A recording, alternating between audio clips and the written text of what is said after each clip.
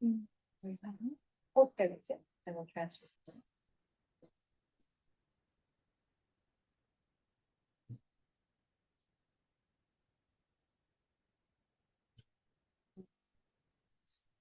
He's over as a panelist now. Okay, Michael Graveson, can you hear me?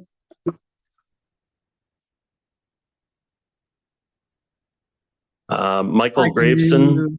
Hi, yes. Sorry, can you hear me? There you are. I can hear you clearly now. Welcome. You have 3 minutes to address the regular meeting of council.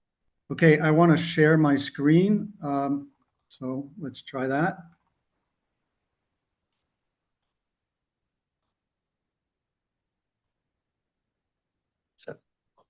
Can you see it? I believe so. You probably want to make it full screen, but yes, it does look like it's working. How's that? Can you see it now? Full screen? It is not full screen. I can see it sort of in the smaller slide mode. Okay, it's full screen for me. I'm not sure what else to do. So can we just continue with this or? Yes, go right ahead. Okay, well, I am Michael Graveson. I am a consultant for the chemical industry for over 40 years. This issue has been around for a long time. I'm talking about the Chemtrade reconsideration. And I don't think it's going away until you actually solve the problem. You can kick the can down the road again, but the problem will remain. I actually think there's a solution here that will satisfy everyone. So I thank you for this time, and I hope this helps. So a previous DNV council actually tried to address this back in 2007. This is the final motion made by the council recommending the replacement of this chemical application. The DNV basically said no to the status quo. But that didn't work, unfortunately. For whatever reason, the lease was extended, but with the condition of no more liquid chlorine by 2030. And now, not surprisingly, Chemtrade wants to continue with the status quo. So what have we learned so far? Chemtrade said that the status quo is necessary or water won't get treated, but we learned that that wasn't true because water is treated with bleach, not chlorine. Well, then they said, well, bleach is made with chlorine and most of our chlorine goes to Canadian drinking water, and without us, probably you can't get it. Also not true. Most of it goes to the US, same with the other 3 Canadian producers. Why?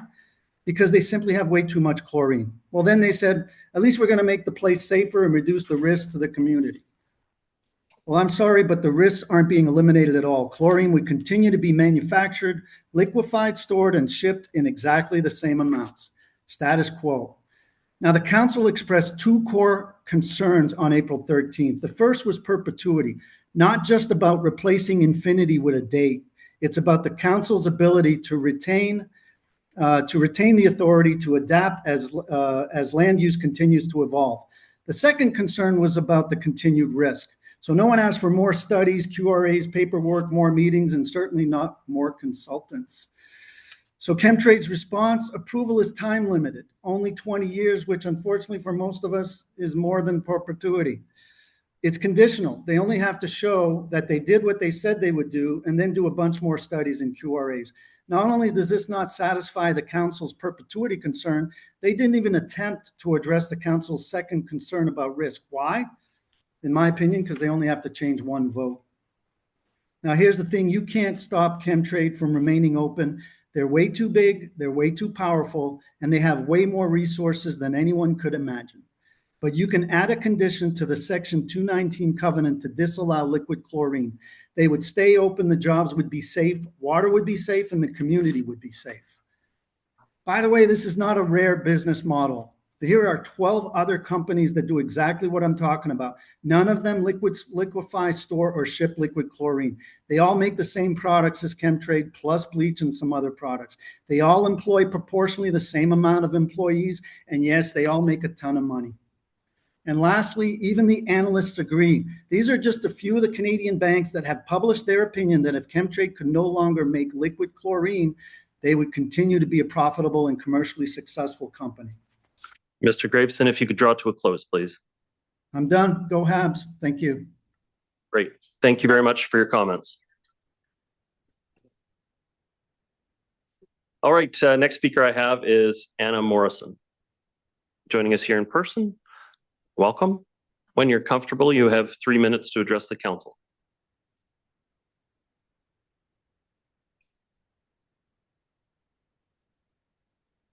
So I'm here to bring some context to the application that the school district has made for some additional funding for the playground at Sherwood Park Elementary. I'm the chair of the PAC at Sherwood Park, and I just wanted to give you a little bit of history on our playground. So when the province introduced grant money for inclusive playgrounds in schools in 2018, the school district put Sherwood Park as number 2 on their list of priorities. There were obviously lots of different reasons for that, but one of the main ones is that we had a severely disabled student who was completely excluded from our playground because of her mobility device. But as you're all well aware, provincial funding is stretched very thin, and year after year, our school waited to be selected for that grant, and year after year, Stella had to watch her friends play from the sidelines. When we talk about accessibility and inclusion, the key word there is literally access. It's impossible to be included if you can't access the same space as your friends. In our area, east of Seymour, there are no parks that have surfacing which allow children with mobility impairments to access play spaces. They're forced to remain on the outside looking in. So for the past year, our PAC has been fundraising for a replacement playground. We're very fortunate to now be in a position to overhaul the most dilapidated play equipment in our school district. I'm not just saying that, we visited every single school in North Van, we have the photo evidence. So our funding will cover 2 new play structures and 50% rubber surfacing, with 50% of our playground remaining as wood chips. But we've also been successful in getting 2 grants specifically for rubber surfacing, totaling $44,500, which puts us within a stone's throw of our goal of installing a fully inclusive, accessible rubber surface playground in the Roche Point neighborhood. The gap between our fundraising plus those rubber grants and the quote that we've been given by our playground installer for a full rubber surface is $17,776. You are in a position to make a huge difference, not only to our school, but to our whole community, because at 3 p.m., school playgrounds become community playgrounds. Please don't let us watch another student go through their entire elementary school experience watching from the outside. Help us build an inclusive legacy for all the students in our community. Thank you. Thank you very much for your comments. Anna Morrison. Next speaker I have is Colin Metcalf, joining us here in person.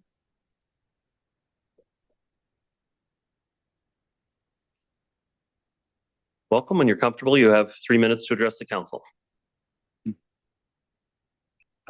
Your worship, members of the council, I wish to voice my opposition to Chemtrade's rezoning application in North Vancouver. Again, this is not a debate about whether chlorine has industrial value. It does. The question before us is whether North Van residents should be continuing to bear the risk associated with the production and shipment of large volumes of liquid chlorine through one of the most densely populated urban regions in British Columbia. My answer is no. For decades, this facility operated in a very different North Vancouver. Today, our communities are far more densely populated, our transportation corridors are busier, the potential consequences of a major industrial chemical release are far greater than they once were. And we don't need to speculate about those risks. Right now, roughly 40,000 people in Southern California are facing evacuation orders because of a dangerous chemical tank emergency. Entire neighborhoods have been disrupted while emergency officials warn of potential serious health consequences if that tank fails. That situation is a reminder that industrial chemical accidents are not theoretical. They happen. And when they happen near urban populations, the consequences can be enormous. Now imagine a major chlorine release on the North Shore. Imagine the impact on nearby residential neighborhoods, schools, hospitals, transportation routes, and surrounding municipalities. No industrial system is infallible. What makes this application even more concerning is the reality that the overwhelming majority of the very liquid chlorine produced at this facility, over 95% of it, is reportedly exported to the United States, rather than serving local needs here in British Columbia. North Vancouver and the Lower Mainland residents are effectively being asked to carry the public safety risk so that hazardous materials can be transported, sold south of the border. That's not a reasonable trade-off. Chemtrade argues that this rezoning would support safety improvements, but safety upgrades should not be used to justify extending hazardous industrial activity indefinitely with an increasing urban environment. At some point, responsible planning means recognizing that certain industrial uses no longer belong beside growing residential communities. And there is a reasonable path forward. Chemtrade can continue operating as a successful industrial business without relying on the shipment of large volumes of liquid chlorine throughout densely populated communities. There are safer operational models and alternative product streams that would significantly reduce the public risk. And for that, I believe regulators and local authorities such as you should begin transitioning away from permitting liquid chlorine shipments from this facility altogether. The economic benefits do not outweigh the potential human consequences of a catastrophic release. We have the responsibility to reduce known risks where we can before an accident forces us to confront the consequences afterwards. Because once an accident happens, there are no second chances. Thank you. Thank you for your comments. Colin Metcalf. Next speaker I have is Heather Druga. She's joining us online.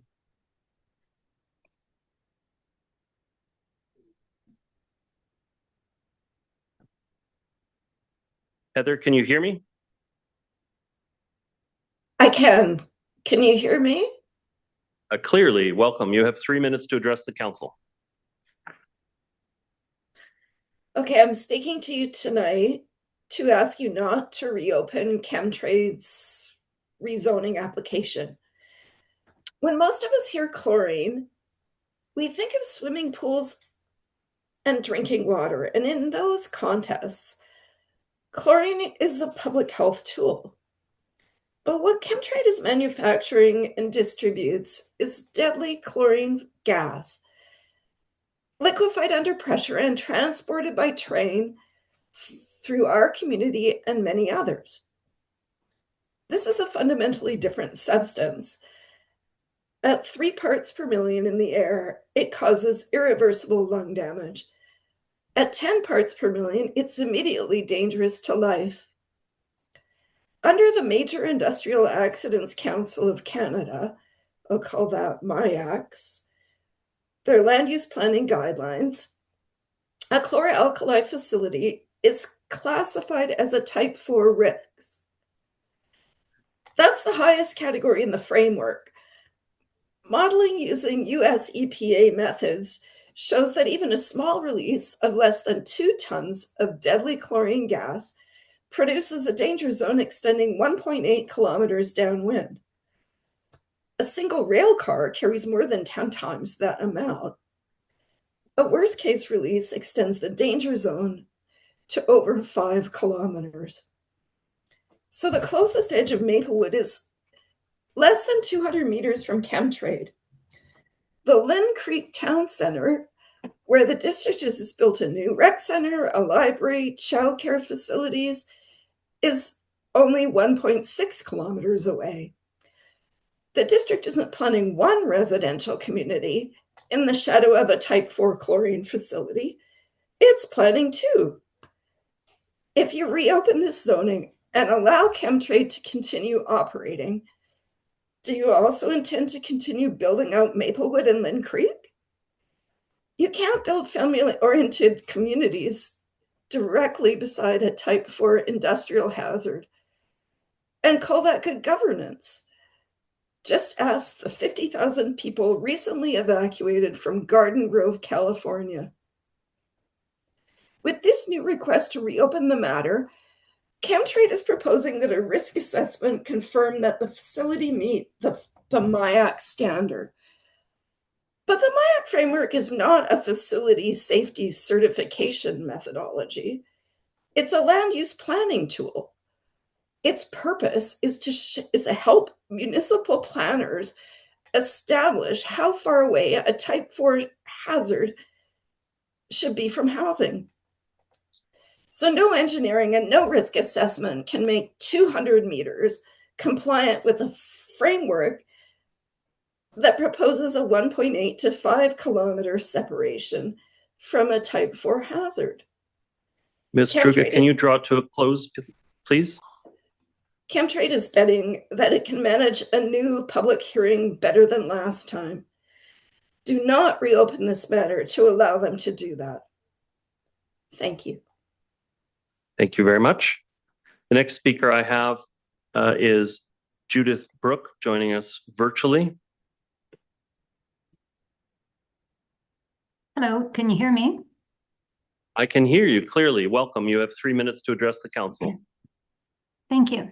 My name is Judith Brooke, and I'm a District North Van resident, and I thank Council for this opportunity to address the meeting.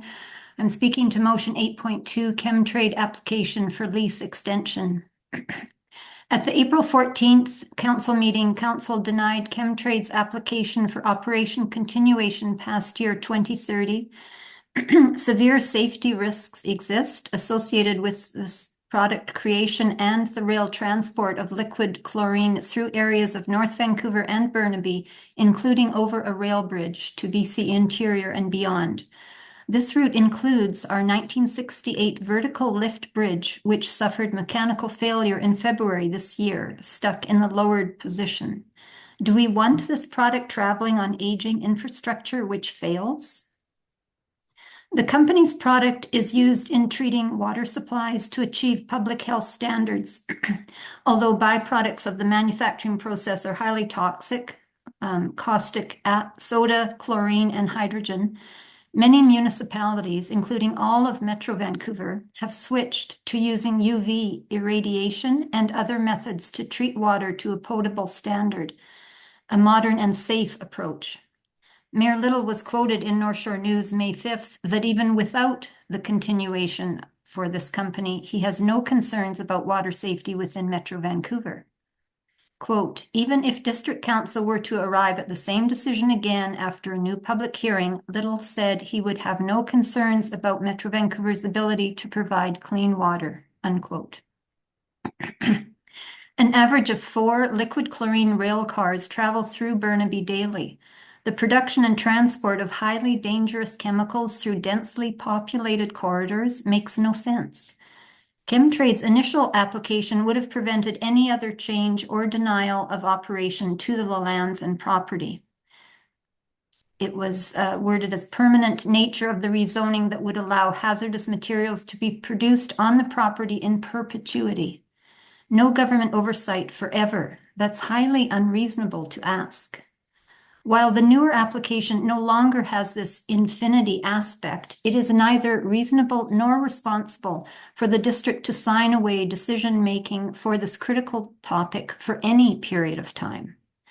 I feel that Council is being unduly pressured to reverse its previous rejection decision.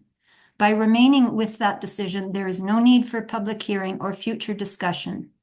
I am asking you to uphold your previous determination and to keep the safety and health of your residents top of mind and remain with the reject decision. Good evening. Thank you for your comments, Judith Brooke. The next speaker I have is Claudia Cornwall, followed by Gegendeep. Claudia Cornwall is. Check and see if there's a virtual name for that. Hello, can you hear me? Yes, I can clearly. Welcome. You have 3 minutes to address the council meeting. Thank you. My name is Claudia Cornwall. I'm a resident of the district. I've been here for over 40 years. I have concerns over the decision to allow Chemtrade to continue producing chlorine in the Maplewood Flats area. It is, of course, a suburban area close to people's houses, a location that will become even more populated in the years to come. It is also about a 1 kilometer away from the Maplewood Flats Conservation Area, a 126-hectare wild bird sanctuary and tidal mudflat. Managed by the Wild Bird Trust of BC, the area features over 3 kilometers of flat, accessible, walking-only trails. It is home to more than 230 bird species and is a prime year-round bird-watching destination for locals and tourists alike. We have just seen what can happen when toxic chemicals are produced in urban or suburban areas. Last week, as a number of other speakers have mentioned, Orange County in California had to evacuate 50,000 people when a chemical storage tank began to fail. There were fears of a catastrophic explosion. I think they've downgraded the risk, but it's still there, and 50,000 people have still not returned to their homes. I also have concerns about the future, that in the future, the district may want to use the land that Chemtrade would occupy. I have seen language around giving Chemtrade a lease in perpetuity. This would tie the hands of the district and impact future residents of the district. Thanks for your attention. Thank you for your comments, Claudia Cornwall. Next speaker is virtual participant Gegendeep.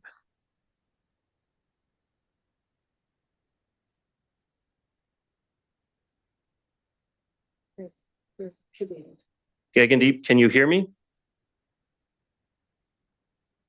And that my concern is about the $500,000 new Mercedes that's been provided to James Hansen to vote in favor of the I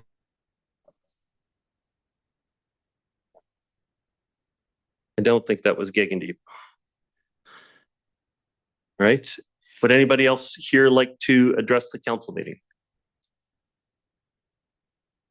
Okay. All right. We are going to move on with this evening's meeting. The next item we are in for is a treat. We do have a delegation from the North Shore Young Civic Forum. And I was going to say, we did send out an email earlier today. I know that you had originally wanted 15 minutes to be able to speak, and we did check in with council, and council's okay with us extending to 15 minutes. And so I hope that email got to you before your presentation today, but so I will make sure that you guys have an opportunity to present. And so please come on up and get ready at the microphone.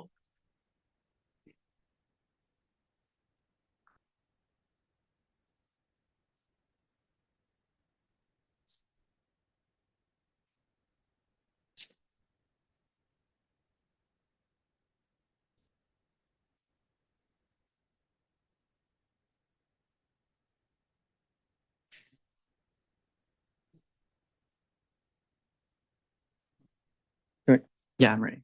Okay, go ahead. Hello, good evening, Mayor and Council members. My name is Mark Stevens. This is for our project, and I have an important question for you all. Have you ever wished that booking mental health support was as easy as walking down the hall? For many residents living in supportive housing, that kind of access can make a real difference. Our project proposes an on-site mental health access model that brings low barrier, drop-in support closer to where residents already live. The problem is that supportive housing and mental health services can still operate separately. A resident may have housing, but still face referrals, wait lists, transportation barriers, or difficulty accessing outside services. For example, imagine Amina, a 27-year-old resident in supportive housing in North Vancouver. She is dealing with anxiety and depression. She isolates in her room and finds it overwhelming to seek outside help. Over time, that can escalate into crisis and threatening her housing stability. Our proposal is not new housing, new land, or a new service provider. Instead, it adds a layer to the system that already exists in the DNV by bringing consistent, low-barrier mental health support directly into supportive housings. In practice, this can mean a clinician available on-site a few times a week. Residents could still access support informally without needing a referral, using existing spaces like an office, common room, or service room.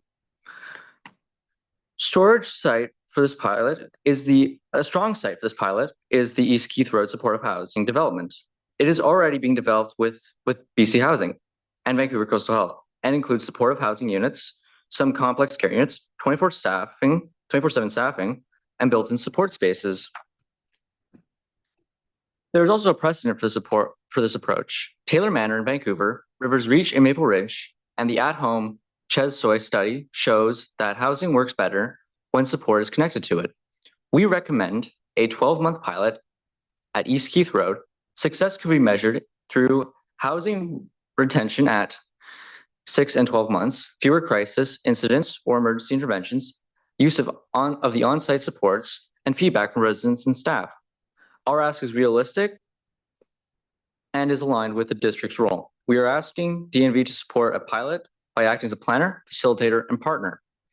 Specifically, we ask the district to support to support two practical steps. First, help ensure that an existing space in the building can be used for mental health support. And second, help facilitate a regular on-site clinician access so residents can receive support without navigating referrals or outside systems. The infrastructure already exists, the partnerships already exist. Our proposal is about improving how those systems work together in practice. Thank you, and we welcome any questions.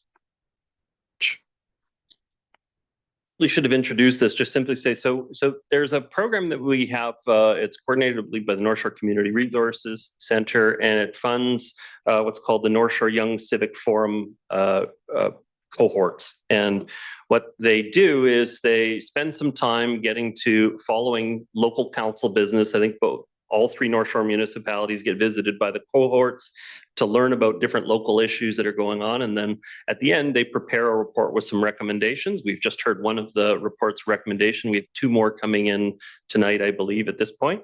And so if I probably should have led in with that to give you a sense of what was going on, but this is an opportunity for the fifth cohort to do their presentations for our consideration.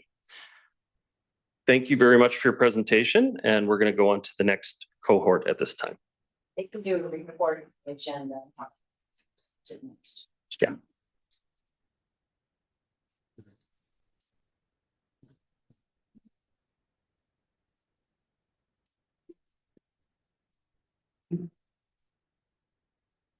Well, there's a couple of empty seats in the front over there, or if you want to pull up a couple of chairs. That'd be great. I'll do that. No, that's okay.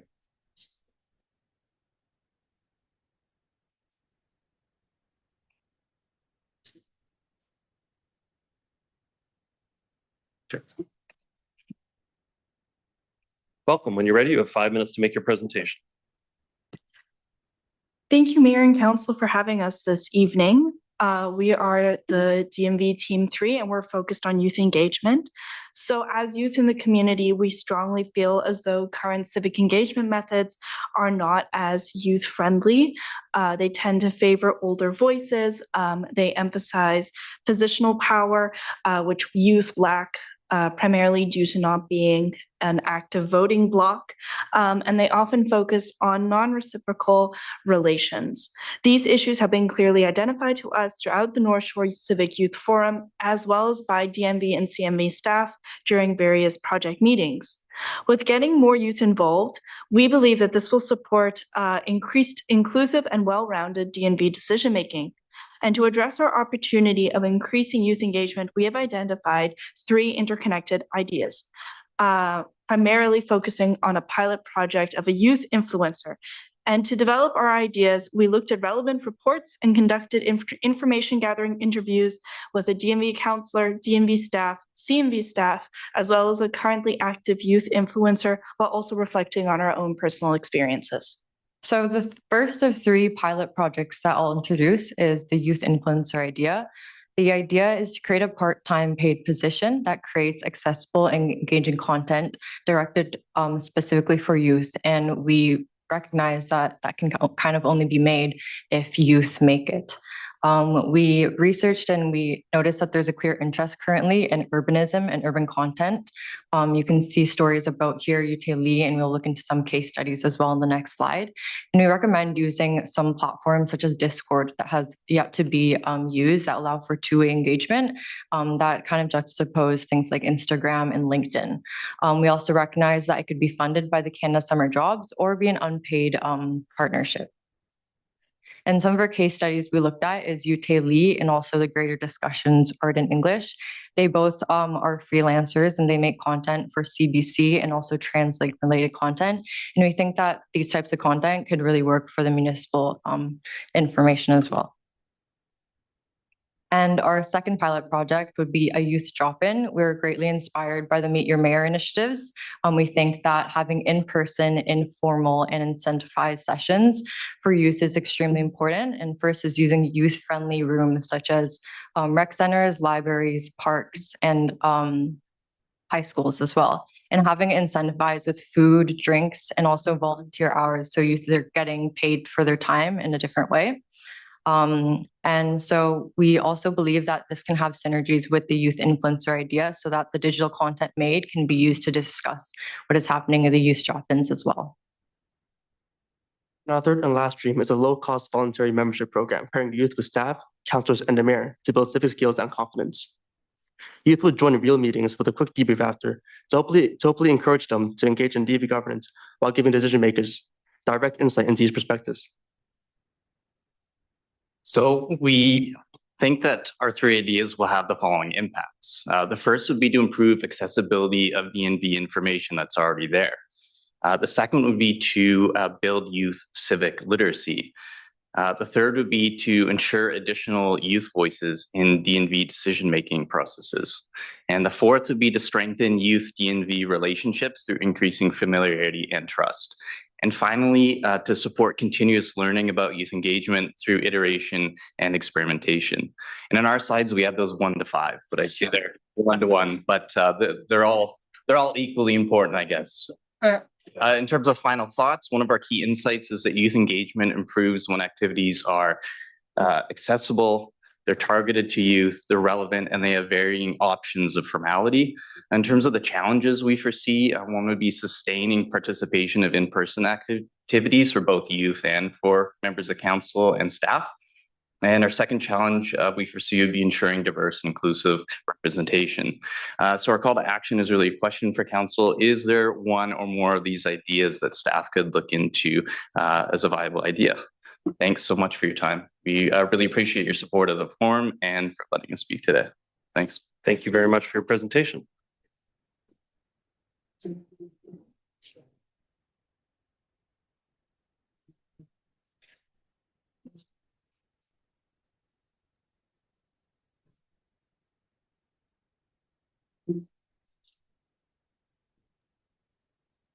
Okay, hello. Thank you very much for having us all. We're here to present on our food forest project. This is our team. We have Hira, myself, Lane, and Noor, and I'll pass it to Noor to speak about our vision. Hello, before getting into specifics, I will be showcasing our 3 guiding principles. Firstly, we propose this food forest project as another method of promoting sustainable food systems by aligning ourselves with the North Shore Community Food Charter, particularly in the areas of leadership and collaboration, healthy and equitable food sources, the dignity of community self-reliance, and environmental literacy. Next, we emphasize that food forests are a multi-purpose green space with possibilities for programming in the recreational, for instance, trails, benches, water fountains, and more, and also in the educational with opportunities for workshops and gatherings aimed at improving food literacy and climate awareness. Lastly, in alignment with the district's goals of protecting the urban forest, the increased tree canopy from a food forest provides more green space, more shade, protection from the greenhouse gas problem, as well as wildfire harm reduction. Our project proposes 2 different project options, the first being a fully fledged food forest, the second a more pared down monoculture urban orchard option. Both project options center themselves around the idea of planting 10 apple trees all clustered together. However, the food forest option also provides the options of adding in plum trees, fig trees, and other fruit trees that can grow well in this climate. The food forest has a higher fixed upfront cost. The installation will be pricier due to the diversity of species, but the lower variable costs over time as it is better self-sustaining. It has further ecological diversity. It'll develop natural pest management and natural irrigation, which will result in a longer lifespan of the food forest as well as larger overall yield. The urban orchard option has lower upfront costs, but yields fewer benefits and will have higher ongoing costs due to needing ongoing irrigation and management. For further information, our slide has plenty of text, but we hope you can reach out to us as well later on to speak about it. So a mature food forest requires around 7 years to be fully operable, but ours will be producing harvest from within the first or second season. Different layers of the forest will have different timelines, and these numbers reflect the time required in order for each layer to be harvestable and will vary based on the types of greenery planted. Next, in terms of funding, Tree Canada's Edible Tree Grant provides up to $10,000 in funding, free webinars that help with the details and construction of the project, and a forestry specialist to ensure the success of the project. Municipalities, among other institutions, are eligible to apply, and it's required that all proposals are for publicly accessible projects. So we get down to where our project would actually take root. The good news is that it could be implemented nearly anywhere within the DNV. We know that the city already has several projects for tree replanting upcoming in the near future, and our project could be slotted in alongside those or implemented gradually across the community. We know that there are some concerns on, for example, how bears would interact with fruiting trees. And the good news is that from our perspective, if we locate these trees within our green belts, we're actually keeping bears outside the more densely populated areas in our neighborhood. If bears have easier access to food that doesn't require them to go through neighbors' garbage cans, all the better. I know that there might also be some concerns on who would interact with these trees. How long-term would this project be?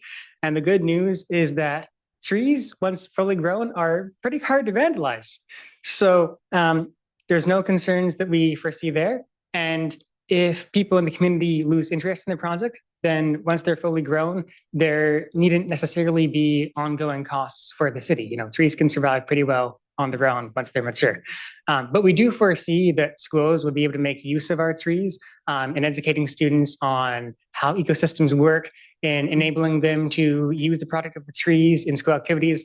I remember in elementary school, us using apples to make applesauce and learning how that works. And that was a great experience. So I foresee that schools would have quite a lot of engagement in this, and that they actually represent an avenue for where we could plant some of these trees nearby some of the green belts. Lastly, our ask of council, we kindly ask that our proposal is looked over by staff and to reach out to our group again for further deliberation. We also ask that a study is conducted based on our proposal to see how the options can apply to the DNV. And we lastly ask that an application for the district's inclusion in the Tree Canada Edible Tree Grant is prepared. Thank you for giving us your time tonight. Thank you for the support on the form. Much for your presentation.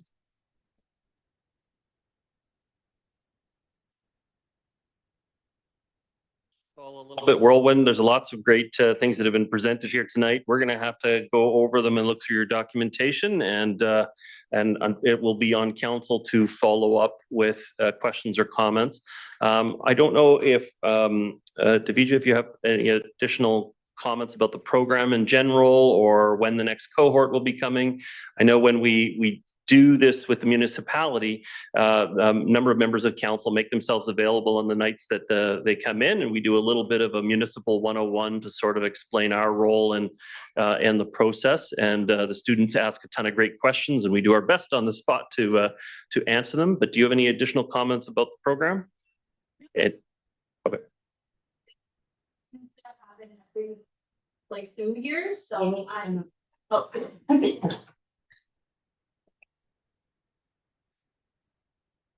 Hello, sorry. I don't have any further comments at this time. The forum typically runs in cycles of 2 years. With this being the 5th cohort, hopefully this can plant seeds among other interested younger folks on the North Shore in how they might want to see themselves participating in their communities and civic changes they would like to bring about. But it's always a pleasure to be able to access council, and thank you so much for making time to hear from our cohort. They were very excited putting this together and look forward to continuing to work with you. So thank you so much for your time. Thank you very much. And I will just say that the students all presented with poise and confidence. This can be a bit of an intimidating space with a big audience, and I thought everybody did a fantastic job. Council, I'm going to be looking for a motion to receipt, moved by Councillor Back, second by Councillor Murray. We'll have no further discussion on the matter. Prepared to call the question. All in favor?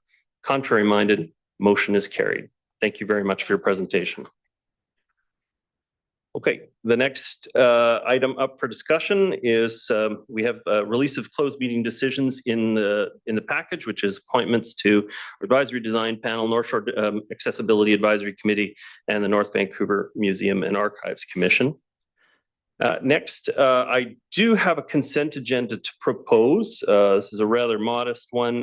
This is for items 8.3 and 8.4. I think all of the other items for consideration tonight, Council, are all of the other items are the first time that they're being discussed. if I don't want to preempt the discussion for it, if council. Okay, well, I'm prepared to put 8.8 in as well, council, if you would like. So would anybody like to withdraw items 8.3, 8.4, or 8.8? Mr. Milburn. Your worship, I believe we heard a request for 17,700 and change. The motion that council is considering consenting is for $15,000. It's for 15,000. I think they were saying that we could make a very significant step forward at 15,000. Okay. Yeah. Thank you. Okay. Question? Okay. I see no one wishing to withdraw, so I'm prepared to call the question on consent of 8.3, 8.4, and 8.8. Call the question. All in favor? Contrary minded? Motion is carried. If you came here for items 8.3, 8.4, or 8.8, they have just passed. That helps us to focus the rest of the evening's time on the other items. So the Sherwood Pact people, you don't have to hang around. You're welcome to, but yes, thank you very much. Okay, the next item up for consideration is item 8.1. This is community opinion on consumer fireworks prohibition. I'm gonna look to you, Councillor. This is your report. Can you move it and we'll get a seconder to get it on the record? So move it. Moved by Councillor Hanson. Is there a seconder for this motion? Is there a seconder for this? Councillor Pope. Councillor Hanson, your comments on the matter, please. Yeah. Thank you very much, Your Worship. The issue of fireworks in our community and the impacts of those fireworks on the livability of our community is an issue that's come before council more than once in the last few years. It's a divisive issue, and members of our community have strong views. I have argued consistently in favor of banning fireworks within the District of North Vancouver, aligning our policy with the City of North Vancouver and the District of West Vancouver. I base my arguments on the hazards and health and safety aspects of fireworks, the injuries that they are caused. When I brought a motion to ban fireworks, the fire department and police were in support. I emphasize fire risks in our community, particularly as our forests get drier, impacts on pets and wildlife, impacts on livability. Many people say they just don't enjoy the evenings when the fireworks percuss late into the night. And as I say earlier, the fact that both the city and the City of North Vancouver and the District of West Vancouver have banned the purchase and sale and use of fireworks, and are aligning our policy with theirs would provide a benefit across the North Shore. As I've said, this is an issue that attracts a significant community interest. And I believe it is time that the issue go to the voters. We've argued amongst it at council long enough. I believe that a referendum, which could be conducted at the time of the local government election with very little cost, will settle the issue, at least in terms of public opinion. The outcome will be non-binding, as according to the Local Government Act provisions. However, with that referendum question answered, we will know once and for all the will of the community on this issue, and we can then act accordingly. I note as well that in the last local government election in 2022, there was only a 22% voter turnout. Perhaps, and I know that this is an issue in which there's strong opinions, we've heard them before this council. Perhaps by including this referendum question with the ballot, we'll create an interest in the democratic process and potentially increase our voter turnout in the district. It's a strategy I think we can use in order to increase interest in the polls. I say let the community decide, and I hope that I will have your support on council in putting this issue of fireworks prohibition on the ballot in the 2026 local government election. Thank you, Councillor Hanson. Councillor Pope is the seconder. Thank you very much. I don't have much to add, except for I would like to say that I support this, and thank you very much, Councillor Hanson, for bringing it forward. Councils have been divided on this issue for years. It's come before this council on several occasions. And so at this point, with so many others, other municipalities, City of North Van, District of West Van, now banning fireworks sale and use, I think the time has come to take it to the voters, hear what they have to say, and let it be final. even though it's not final, it's not binding. Let it be the final discussion around this table for a while after the people have had their say. Let's put it that way. So I support this, and I really look forward to hearing the results of the referendum. Thank you. Thank you. I'm going to be opposed to this. Our council has dealt with this issue, and the last council dealt with this issue, and the council before that dealt with this issue. Every time it's been a close vote, but my position has been that what we're talking about here is the lawful use of fireworks during a 4-hour period once a year, and not the broad use of fireworks throughout all of the rest of the time. It's a very limited lawful period within which to set off fireworks, which are to some degree an almost uniquely West Coast Canadian cultural expression.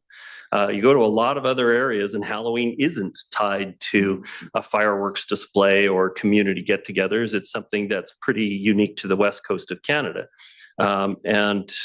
So it performs a cultural service in the community. I think it's hard to say that it will that banning it would do anything material to stop people shooting off fireworks outside of that time. The reason for that is they're a lawful product that can be shipped directly to your house through the internet for purchase. The federal government allows that throughout the country, and so you would still be able to have ready access throughout the community to be able to get fireworks. There's no question that when we open up the availability of local purchase and sale options, that's contributing to the total numbers locally. I'm not trying to suggest that wouldn't, but I think overwhelmingly the people that are acquiring the products through those processes and filling out the permit with their home address and agreeing to all of the conditions that go along with the purchase are largely setting off those fireworks within the legal window and following the regulations that go into it. And it is a very popular opportunity. I think we were at 600 permits the last time I looked at it. So quite a number of family groups were taking advantage of it. When you looked around the neighborhood, you could see displays happening at about 8:30, 9 o'clock at night on Halloween is when you'd see these neighborhood displays sort of start to take off. And it was something that people really looked forward to. We tried to do centralized community-run fireworks displays. We did one up at Lynn Valley at the field. We tried at Inter River, and it just ended up being too much risk for the municipality to be able to pull off such a large display one time a year. And we were rained out several years in a row, so it was a lot of risk to the municipality for costs.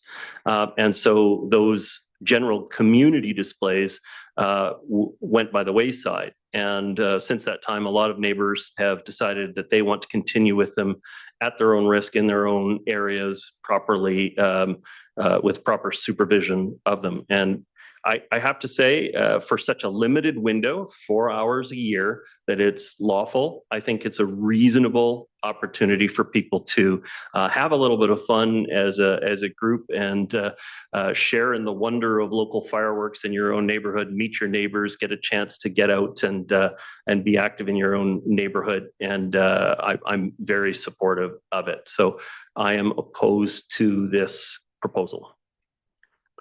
Next speaker I have is Councillor Muriel. Thank you, Mayor Little. I won't be supporting this either. More because I don't think the use of a referenda to determine an issue that has gone, back and forth over different councils or a number of years is the appropriate use of that process. One would ask the question, where would that stop?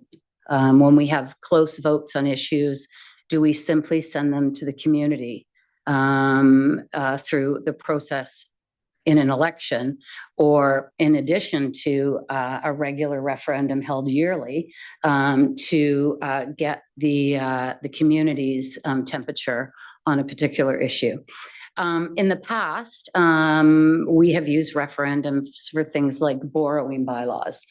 We borrowed $25 million in 1996 to build a number. It would blow your mind how many facilities we got for $25 million 30 years ago. We wouldn't get a door for $25 million now.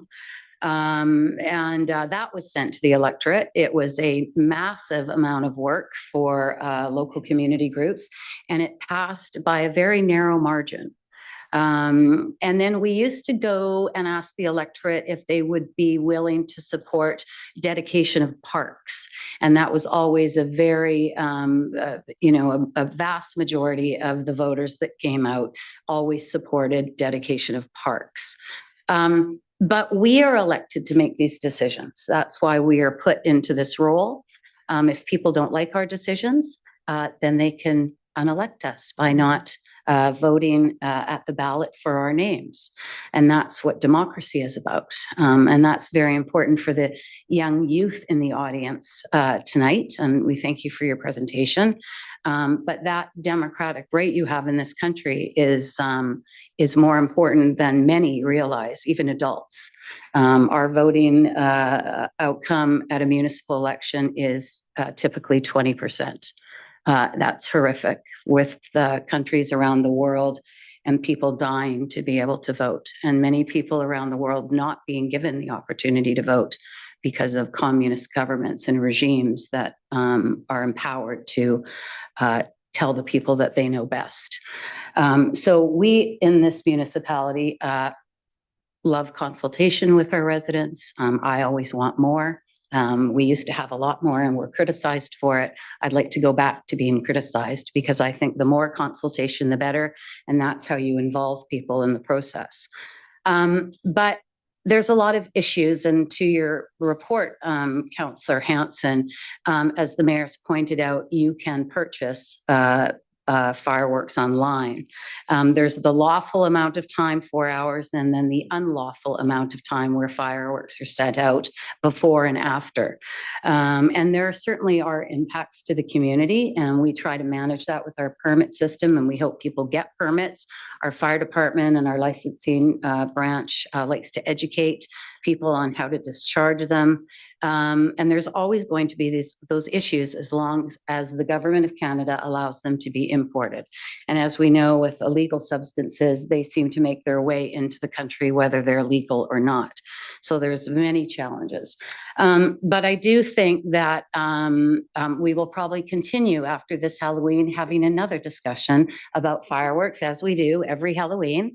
We get a number of letters, and I'm happy to receive them and happy to discuss with members of our community. But I do not think using referendum to make a decision that council already has is the appropriate use of that process. Thank you. Thank you, Councillor Murray. Councillor Beck. Thank you, Mayor Little. With the greatest amount of respect to my colleague, Councillor Hanson, with whom I agree on lots of different issues, I won't be supporting the recommendation tonight. I won't repeat too many of the comments that have been said. I agree with many of the mayor's comments. As has been said, this is an issue that's come to council since I've been on council twice before. And on both occasions, it was not supported towards a full prohibition on consumer fireworks. For me, it's not about the fireworks so much as it's about the fact that Halloween remains one of those few traditions that still brings neighbors together.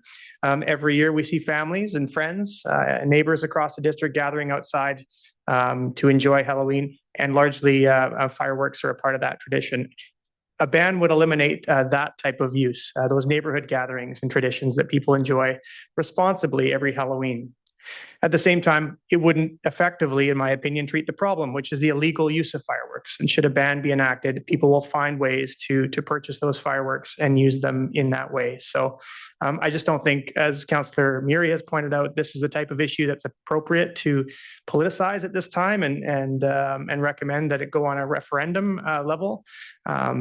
Ultimately, as Councillor Murray pointed out as well, we're elected to make decisions on behalf of the community, and I don't support moving this issue towards to the ballot. Thank you. Thank you, Councillor Beck. Councillor Ma. Thank you. First, I want to acknowledge Councillor Hanson's passion for this issue. this council should be willing to discuss issues that we believe are of concerns to residents, whether it's here, whether it's in a coffee shop or out on the street. But if you look at the motion before us, the issue is not whether the sale of fireworks should be banned. It's whether this issue should be put to a referendum. I have 3 concerns with this report. Some of it's been mentioned already. First, the use of a referendum to make decisions. In the past 40 years, referendums have been used 5 times. They are rarely used, and when they have been, they've been for major decisions like land dedications, council compositions, or issues with financial implications. And in terms of council composition, it was back in 2004 that the referendum was to maintain the size of council to 7 instead of increasing to 8. And then in 2018, there were 2 questions. One was whether to spend $100,000 to explore unification between the city and the district of North Van. And the second was to authorize the district to spend up to $150 million to create no less than 1,000 units of market housing. As you can see by these examples, these are major decisions with financial implications. I don't disagree that the sale of fireworks is very important to many residents in the district, but I don't believe putting this question to a referendum in the upcoming election meets the historical thresholds to have a referendum. In terms of my second concern, the issue of a ban on the sale of fireworks has been debated and voted by this council twice in the last 5 years. As Mayor Little has mentioned, they did not pass. The most recent one was January 2024. If there's new information, of course, we want an issue to come back before council. But I don't support bringing the issue back until the desired outcomes achieved. And finally, as someone with some market research background, I have concerns on how the results of this referendum may be used. In the past 5 referendums, a simple majority carried the vote. As Councilor Murray has said, that's democracy. However, let's say in this if this question went to a referendum, that 51% voted to ban the fireworks. This doesn't mean that 51% of eligible voters supported a ban. What it means is we have taken a snapshot of the preferences of the people who voted. It is not representative of the entire population. There needs to be an element of randomness in a survey for results to be statistically significant. And then you can project the results onto the entire population. My concern is that the results of this referendum may be potentially misused. As such, I cannot support this motion. Thank you. Great. Thank you very much. Councillor Forbes. Thank you, Your Worship. Well, I've been on both sides of this. A few years back, I voted that I wanted to maintain the fireworks. And then last year I voted I didn't want to maintain them. And one of the reasons that I changed my mind, there's a few reasons I changed my mind. And that is, as the mayor says, he thinks that these fireworks only happen once a year for 4 hours. Well, in my neighborhood, they last for weeks and into the late hours. And that does disturb a lot of people. And we heard last year from some people who said that they had PTSD and that the loud noise bothered them. A lot of pet owners came and said that they really had trouble controlling their animals. I have a dog and my dog's not fazed by it. Don't know why, but I don't have that issue, but a lot of pet owners do.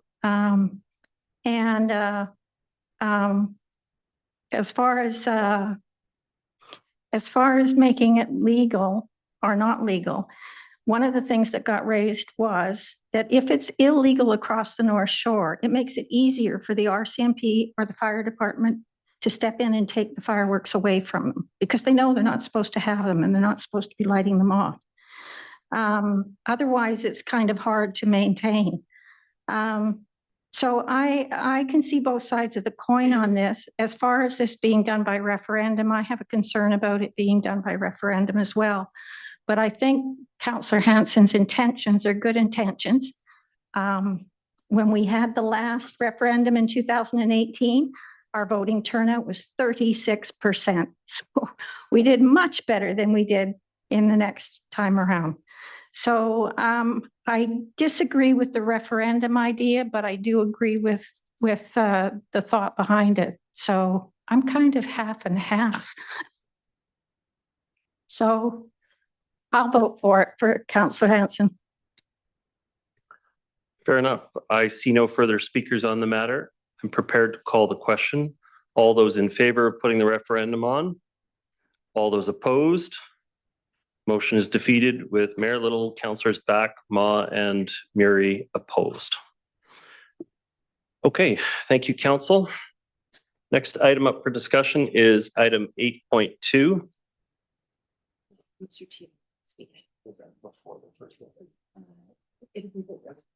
Okay, and we do have a member of the public who signed up to speak at this item. And so I believe we have virtual participant Peter Teven.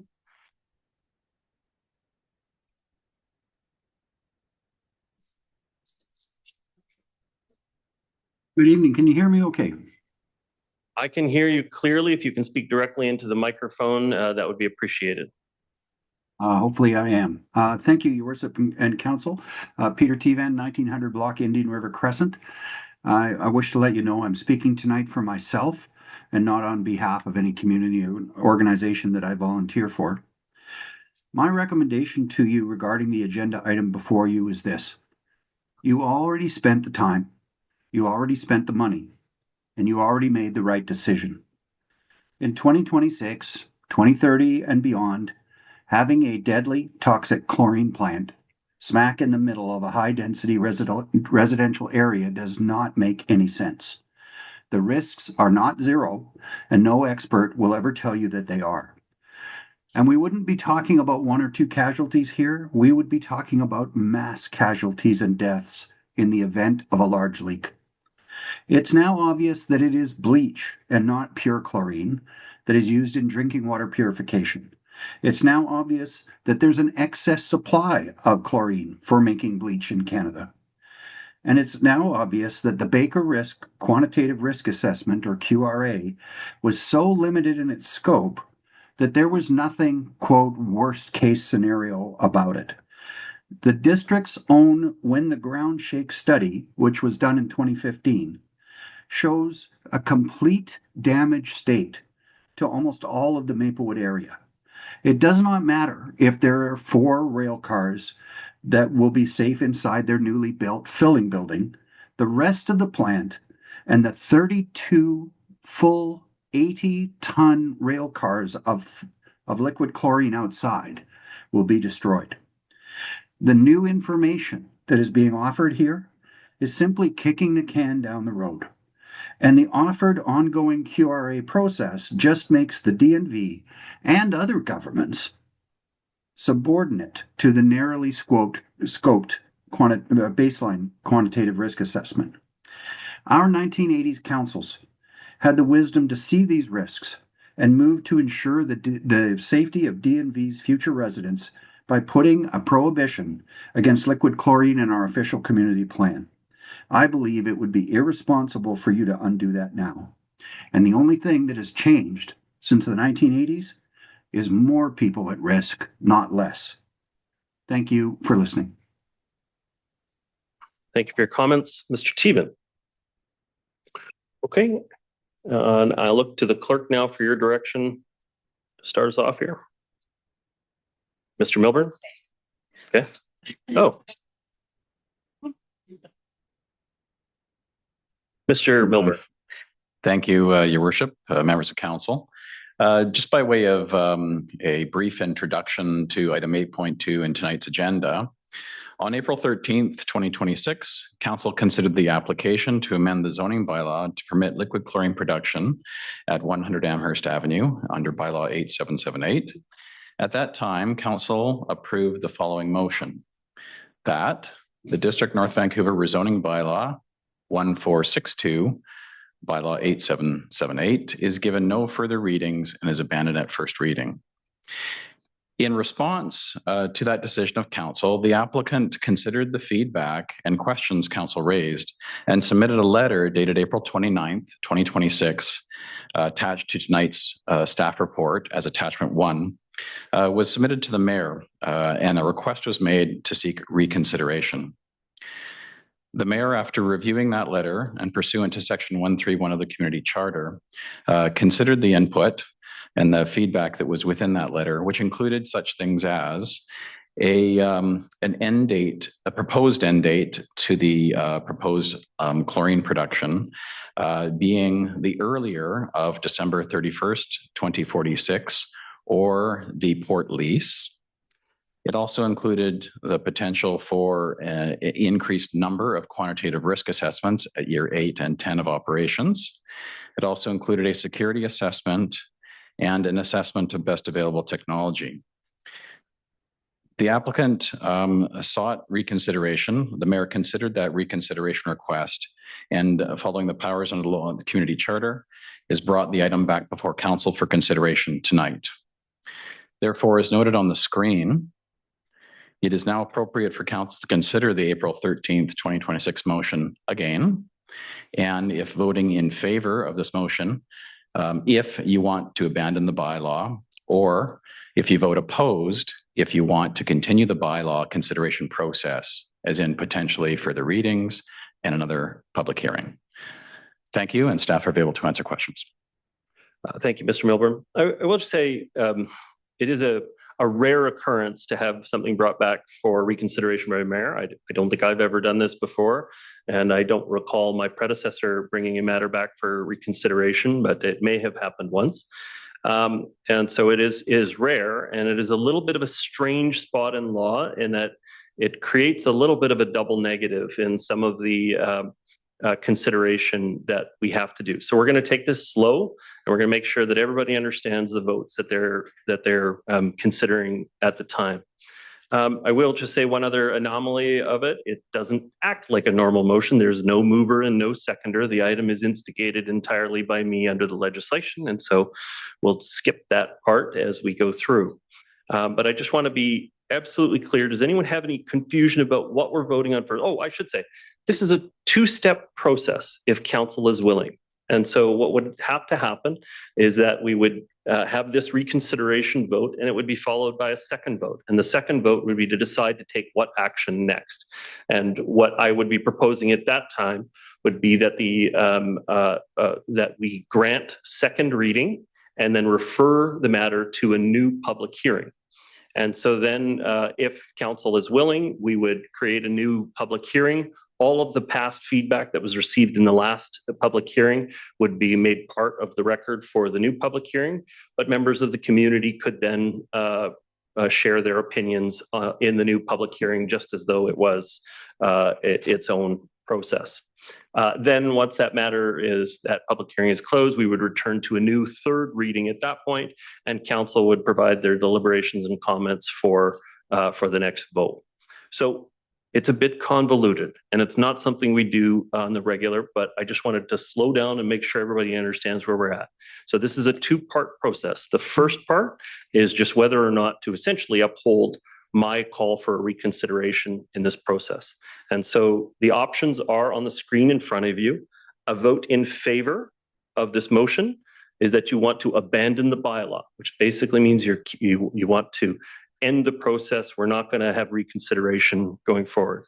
A vote opposed is that you want to consider that you want to continue the bylaw consideration process, which would then create, if it's the Council's willing, then I would propose that follow-up motion, which would take us back into the public hearing process where we could consider the new information and have a new process.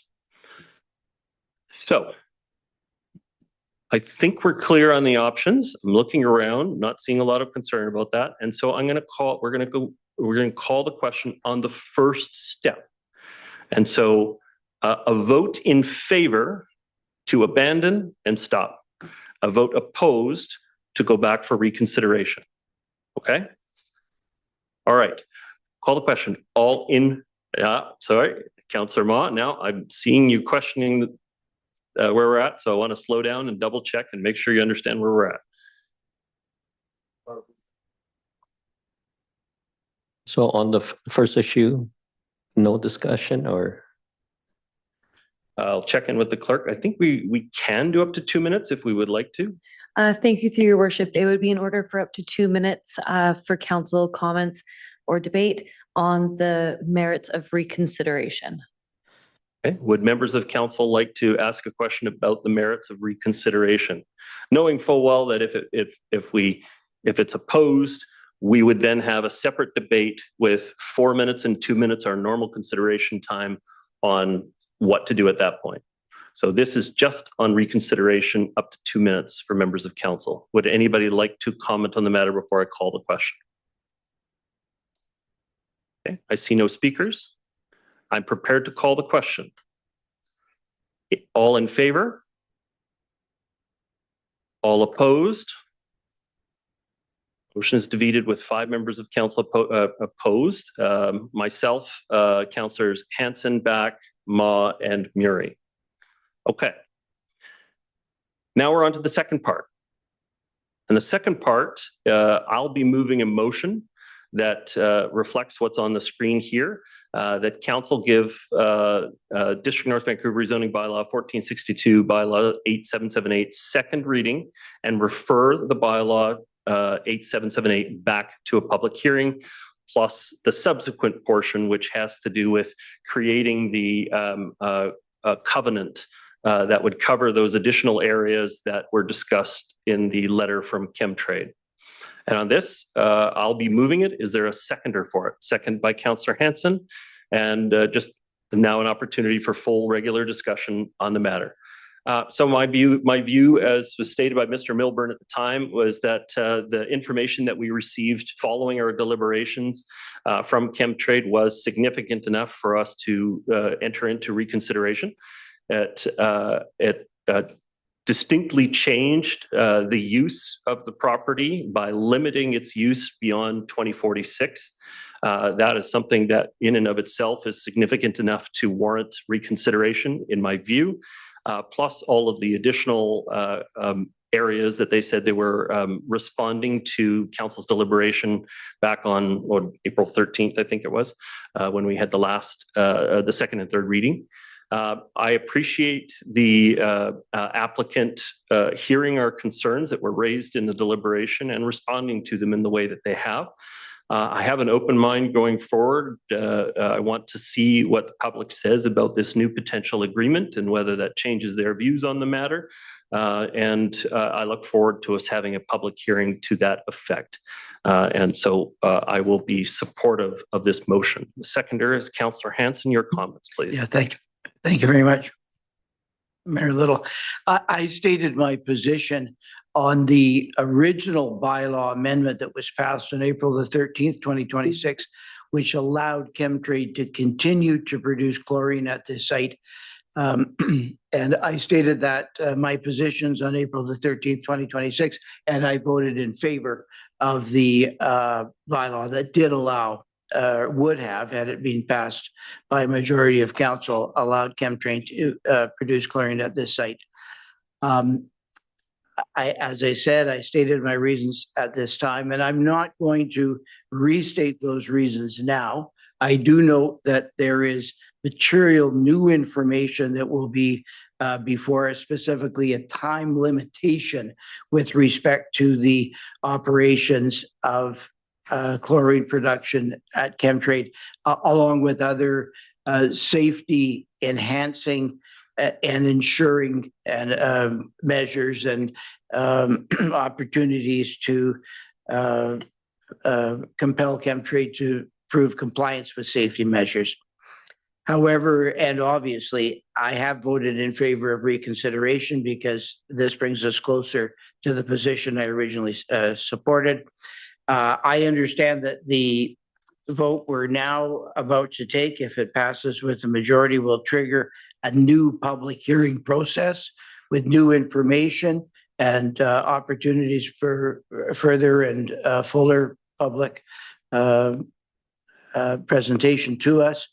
And for that reason, after the public hearing process is completed and not before, I will be voting on second and third reading, and I will be considering all this updated information, and I will provide my decision on this renewed motion at that time, which takes into account the updated information, and I will provide further reasons for my decision then. Thank you. Thank you, Councillor Hanson. Councillor Pope.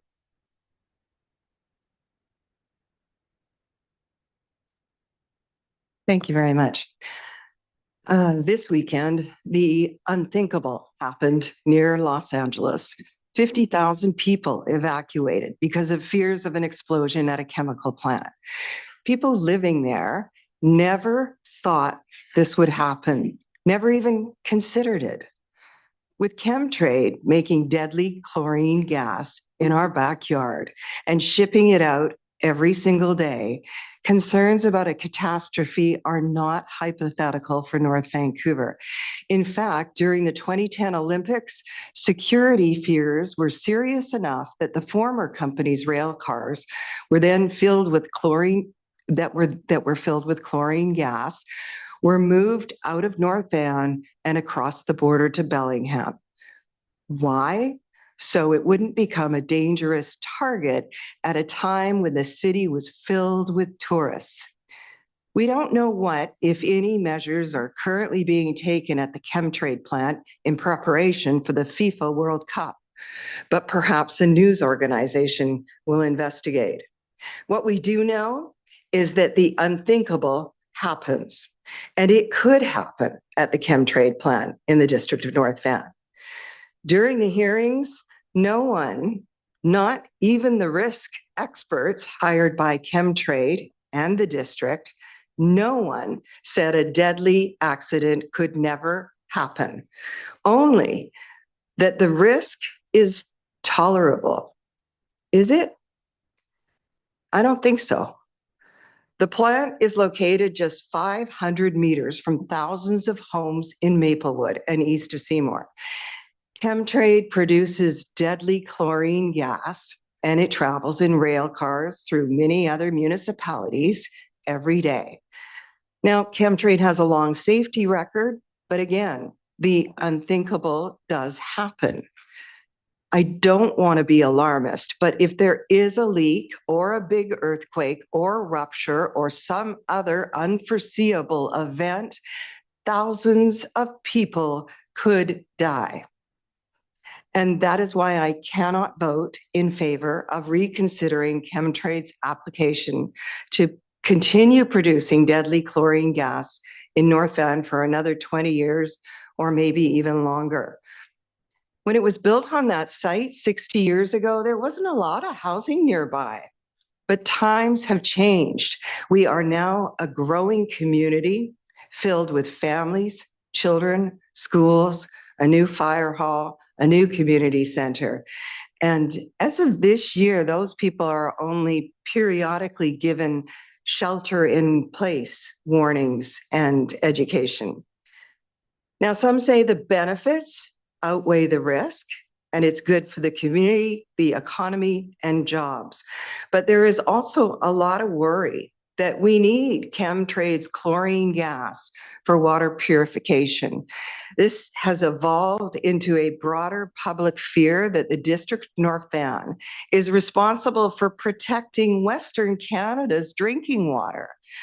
But Chemtrade's own website refers to supplying over 70% of liquid chlorine available in BC and Alberta.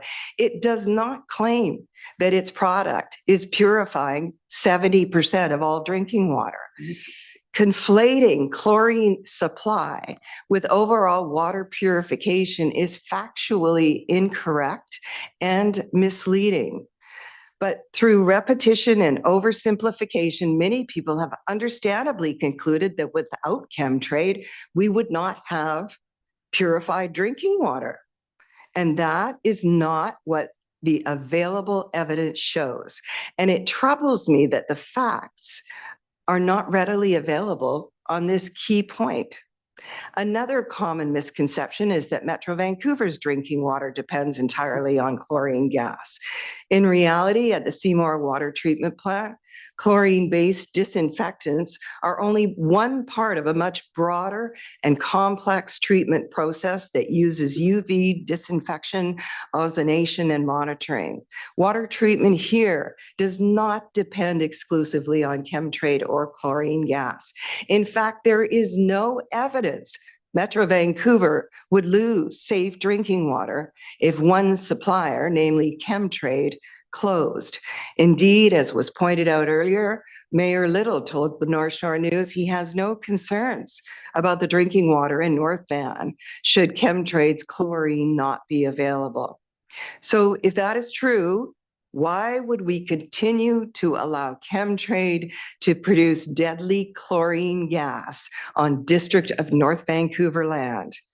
Our duty is to protect the safety of our community. And in my opinion, we cannot continue to expose our community to this risk. So I vote the same way I did a month ago. I vote no to a reconsideration of Chemtrade's application. I do not want to see this go to another public hearing. However, noting that it probably will at this stage, I just want to state for the record that I will continue to have an open mind and be open to persuasion from what we hear at the public hearing. Thank you very much, Councillor Pope. Councillor Beck, your comments, please. Thank you, Mayor Little, and thank you to my colleagues for their comments so far. This is admittedly a difficult item for me because I understand that there's strong feelings on all sides of this issue. It's also been one of the more interesting issues to learn about. In this role as a councillor, you learn about all sorts of issues, but chlorine production was certainly one that I didn't know a lot about going into this, and I've certainly learned a lot throughout the course of this process. And I think when we considered this matter previously, I did vote in support of allowing Chemtrade to continue operating in our community. And I did so because I think there's important long-term economic and industrial benefits to having a company like Chemtrade operating safely within our community and our region, as they have done for many, many decades. I also appreciate that the mayor has taken time to reconsider his position on the matter, given that there's been some significant new information brought forward here, and for him to bring back this to council for reconsideration. Because I think it's important as elected officials that we always do remain open to revisiting decisions when there's new reflection, additional information, as there is in this case, with the time limitation that's being proposed and even further safety measures. For me, this discussion's always been about balancing several important considerations. At the top, of course, public safety first and foremost, environmental responsibility, but local employment, as well as the long-term future of industrial lands here on the North Shore. I know there are residents who remain uncomfortable with this proposal, and I certainly respect those concerns. At the same time, I also believe it's important that we recognize the role that industrial businesses and industrial jobs like this continue to play in supporting a complete, economically resilient community. So at this stage, I do support returning this to a public hearing. As I've said, this has been one of the more interesting topics for us to deal with. It's raised lots of questions, and this will again allow us to dig even deeper and try to answer some of those questions. So I go into this as well with an open mind again as we look at this issue once again. Thank you. Thank you, Councillor Beck. Councillor Murray.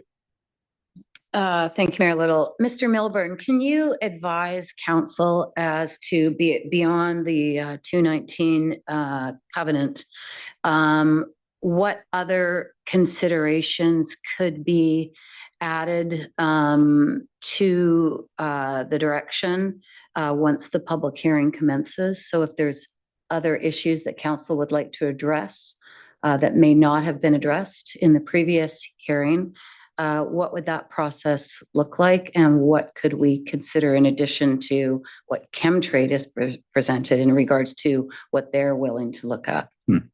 Milburn.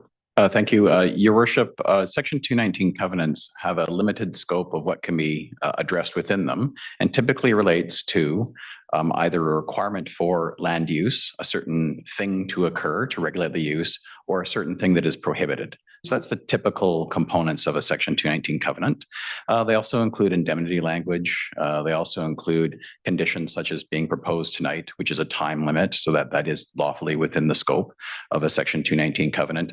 Additionally, the applicant had proposed a series of other limitations that included ensuring that all of the various safety improvements that they had proposed would in fact be built and would be operated on the site, again, within timeframes and within certain specifications as described. So it's fairly broad in terms of land use, what can be done and cannot be done on the property. So will council be able to add in additional requirements, community monitoring, for instance, community education, the funding of that education, additional things beyond what Chemtrade has brought forward? That's correct. I think obviously we'd be looking at and evaluating it from a legal perspective to ensure, but the general items that has been just described are items that potentially could be addressed within a Section 219 covenant. So we would look for council direction, and then we'd give you feedback with respect to applicability at the time. Okay, and that could be brought up during the public hearing? That would be brought up during the public hearing as questions from council to staff for answers in regards to how we move forward. That's correct. We would have to just be clear on not reintroducing new information, but we do have post-hearing reports where we come back and provide clarifications and confirmations after the fact. So yes, questions can be raised, and council can set terms and conditions at second and third reading. There's specific guidance in the Act about what kinds of conditions can be dealt with after the fact. So we'd give advice to council at that time. Is there anything that this 219 covenant, within the wording of this 219 covenant, that we won't be able to add in? My problem is that we're not at the hearing yet, so I really don't know what's going to be raised. That's why I'm interested in going back to the hearing. But is there something that we won't be able to consider because this 219 covenant that's been prepared by the company has been brought forward? Your Worship, it would be our advice that we prepare the Section 219 covenant that they would voluntarily enter into. And we have looked at the terms being proposed under the framework and their attachment 1, and those terms appear to be enforceable and could be added to the covenant that council asked for. But we could add additional. Yes. Should be clear, there are some reasonable limits on that. We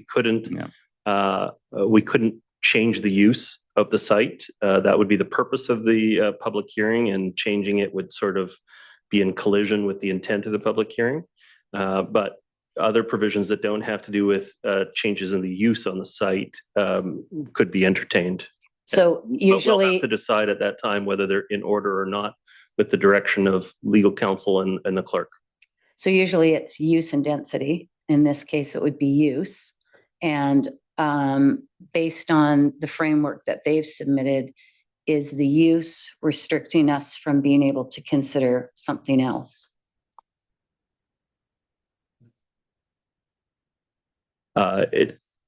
We would have to have a discussion about defining specifically use in this case. I think Mr. Milburn, and when we've talked about use, it's been the product and how much has sort of what we've talked about for use in the past. And so obviously putting an end date on the production of that product is a change to use. If we said that they were able to produce quite a significant amount more chlorine on the place, that would be a problem, because it would be a change of use before the would collide with the purpose of the public hearing. So when issues come up from council, I'm afraid we'll have to just make a ruling at the time whether it negates the public hearing in any way at that time. But I think that there's fairly broad opportunity for council to raise normal issues of concern, and we can see if they could be captured in a 219 covenant. work from there. The reason I bring that up, Mayor Little, is that the sort of the framework is being laid out by the applicant. We're going to write the 219 covenant, presented at a public hearing, and yet the public hearing, we want to hear from all people that are interested in this issue.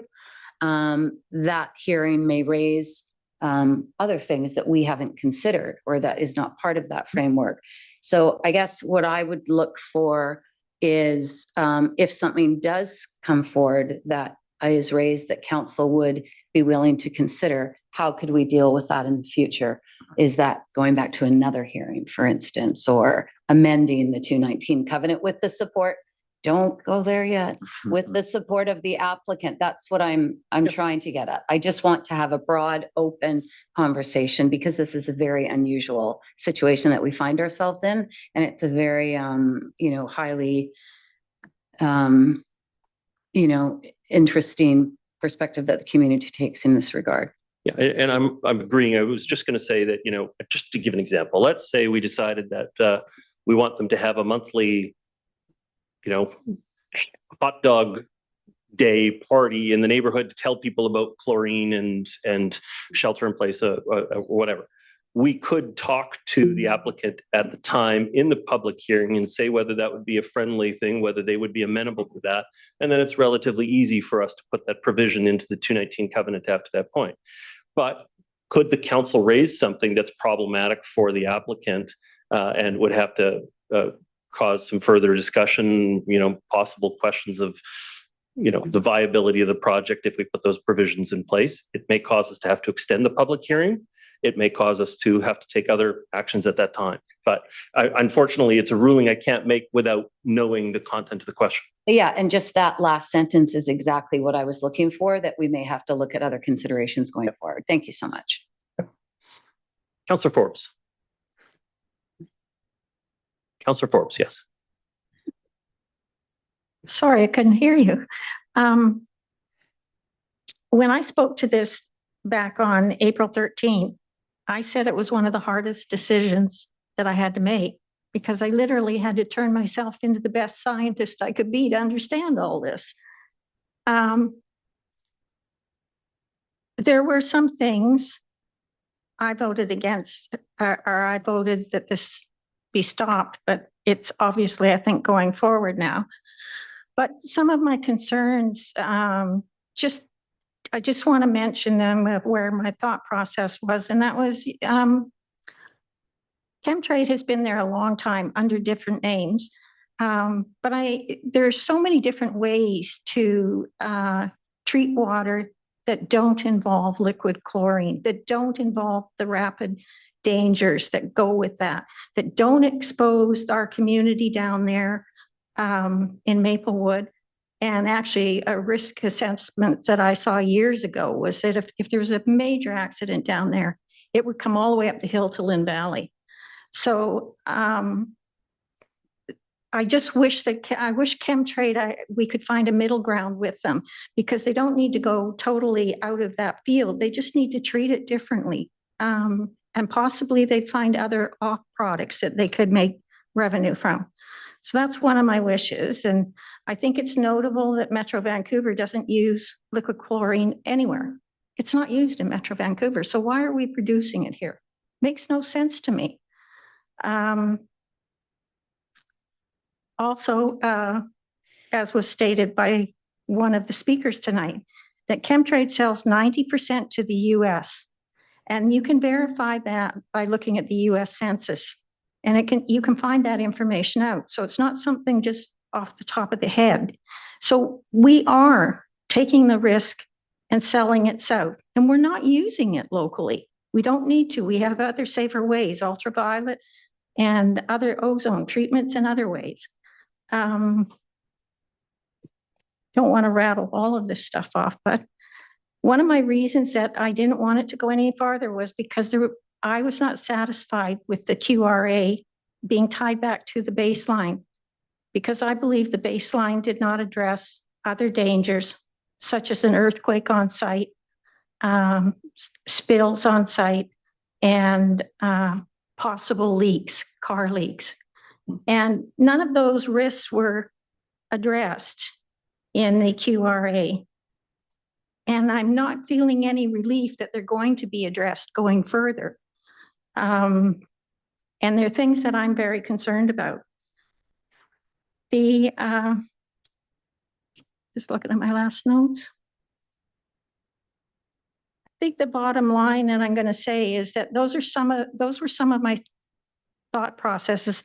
And I do see that middle ground that we could find that would take the danger away and yet allow Chemtrade to continue doing their business in a slightly different way.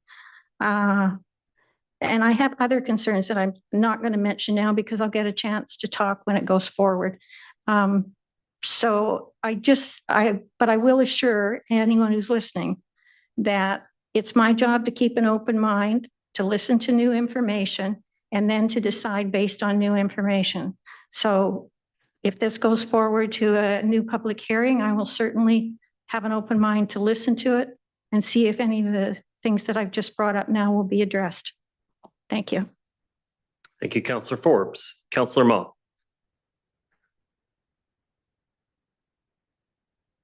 Thank you. This has been and continues to be a very complex issue. There was a lot of information, and some may argue misinformation provided to council before and during the 2 nights of the previously held public hearings. People are passionate about this, and rightly so. I believe the new information provided by Chemtrade warranted a reconsideration by this council, and now I support it going to another public hearing. There's a lot to evaluate, and we're not going to get through it all tonight. I know it's being brought up, but there's a lot to consider. Bottom line for me, it's about safety and what's good for the community. Like many issues, it's not black and white. For me, during the second public hearing, it's going to be a clean slate. I commit to keeping an open mind before council casts its final vote. Thank you. Councillor Ma. I see no further speakers on the matter. I'm prepared to call the question. What is the question?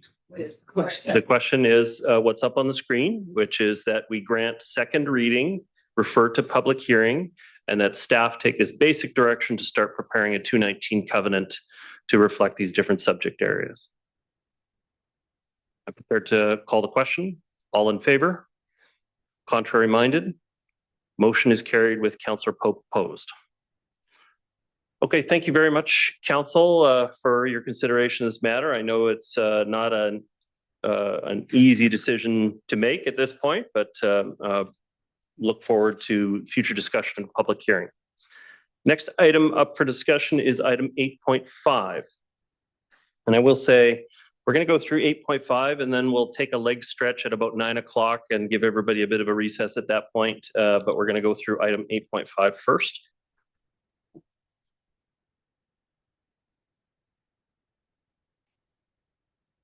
Right, this is a development permit 107.17 for 1135 to 1147 Ridgewood Drive and 3288 Brookridge Drive. To staff for initial comment. Yanzai? Yes, thank you, Worship. Good evening, Mayor and Council.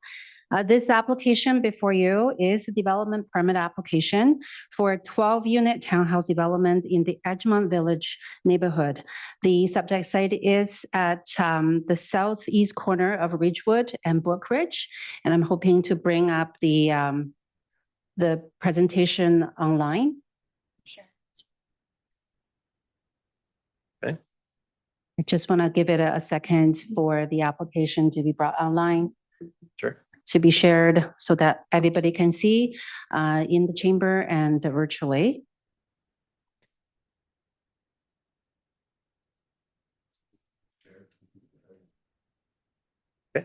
Okay. All right. So in May 2025, Council approved this rezoning. Since then, the applicant has been working on refining the project design and submitted a subsequent development permit application. The DP application before you tonight shows the project essentially the same as the rezoning approval, which is a fairly modest townhouse development containing 12 units, which are 2 and 3 stories in height.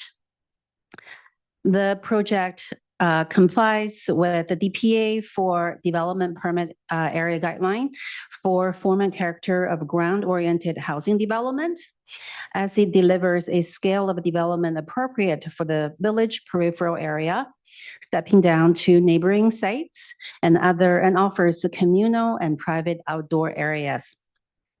In terms of the other applicable DPA, which is energy, water conservation, and GHG emission reduction DPA, the project is designed in accordance with the current STEP code requirements for a step 4 with emissions level 3.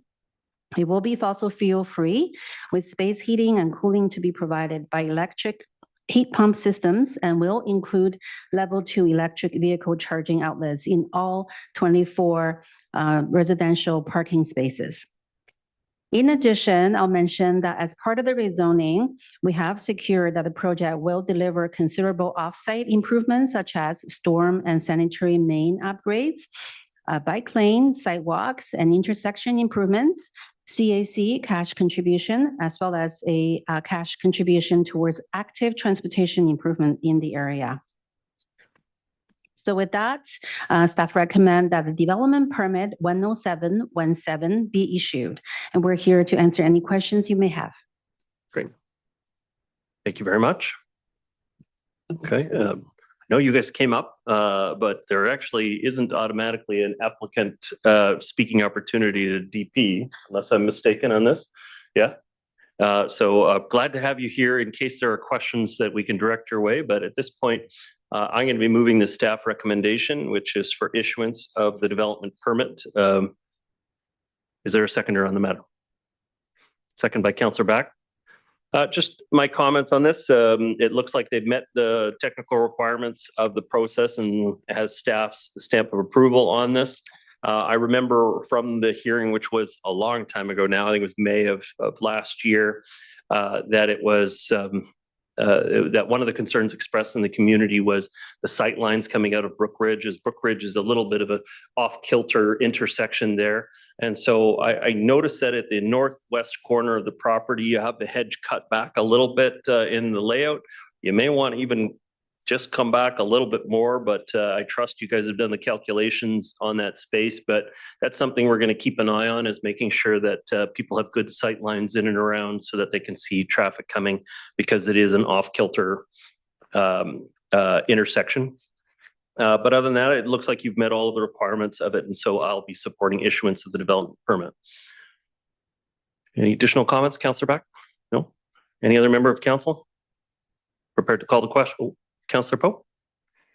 Sorry, I just had one additional question, which I could be wrong about this, but in the original report that was presented to us, which was a long time ago, the driveway coming out of the building was on Brookridge, and now it's coming out onto Ridgewood, I think. Have I got that? No. No, okay. It's still coming out. It's just a little further. It's at the south west corner of the property where it says driveway access. That's bi-directional. Okay, good. Thanks. It wasn't clear to me. Okay. Okay, I see no further questions. I'm prepared to call the question. All in favor? Contrary minded? Motion is carried. Thank you very much for your consideration, Council. All right, I'd say we're going to have a 5-minute recess, and you know, as they say, sitting is the new smoking. So stand up, have a stretch, grab a water. There's a water fountain up at the front there. Washrooms out here. We're going to be back in about 5 minutes time.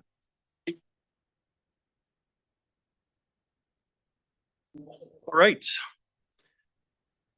Next item up for discussion this evening is item 8.6. This is bylaws 8779, 8780, and 8782.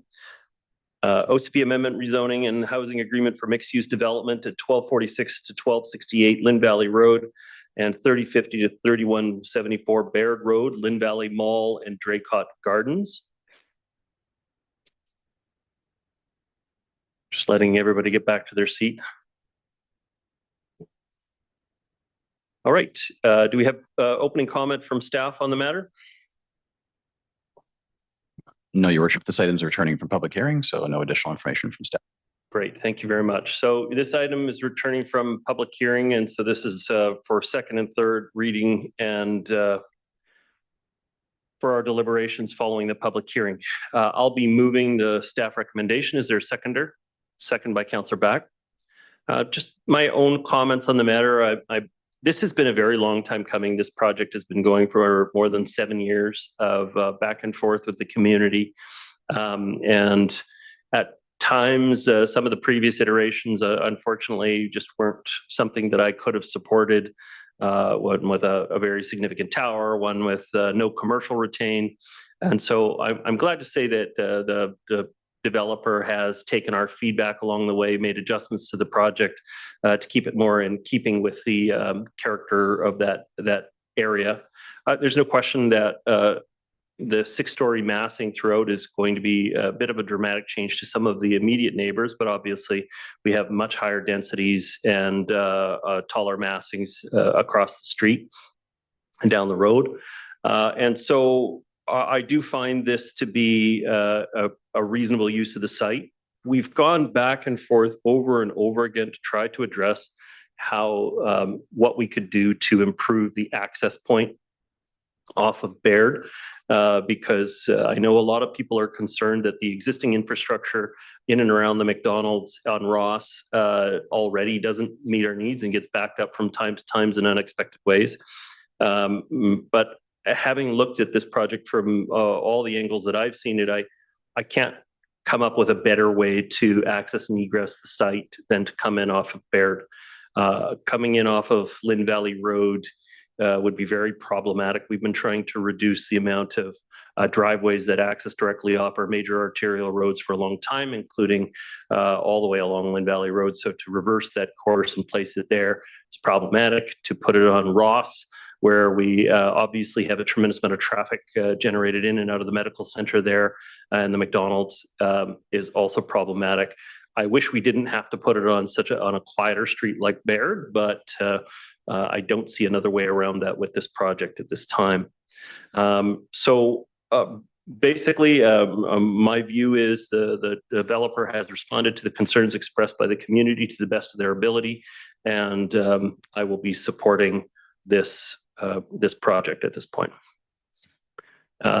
Seconder was Councillor Back. Your comments? Yes, thank you, Mayor Little. I'm pleased to second the recommendation here tonight and be supportive of this project.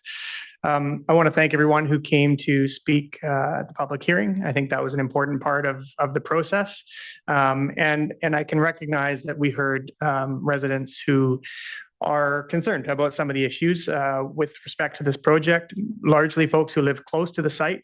I can certainly appreciate some of those concerns, and I want those residents to know that I hear the concerns. And I also appreciate the respectful and thoughtful way in which people were able to participate in the process. In looking at the whole project, from everything I've heard, this is exactly the type of project that we should be seeing on a site like this, located in the heart of Lynn Valley Town Centre.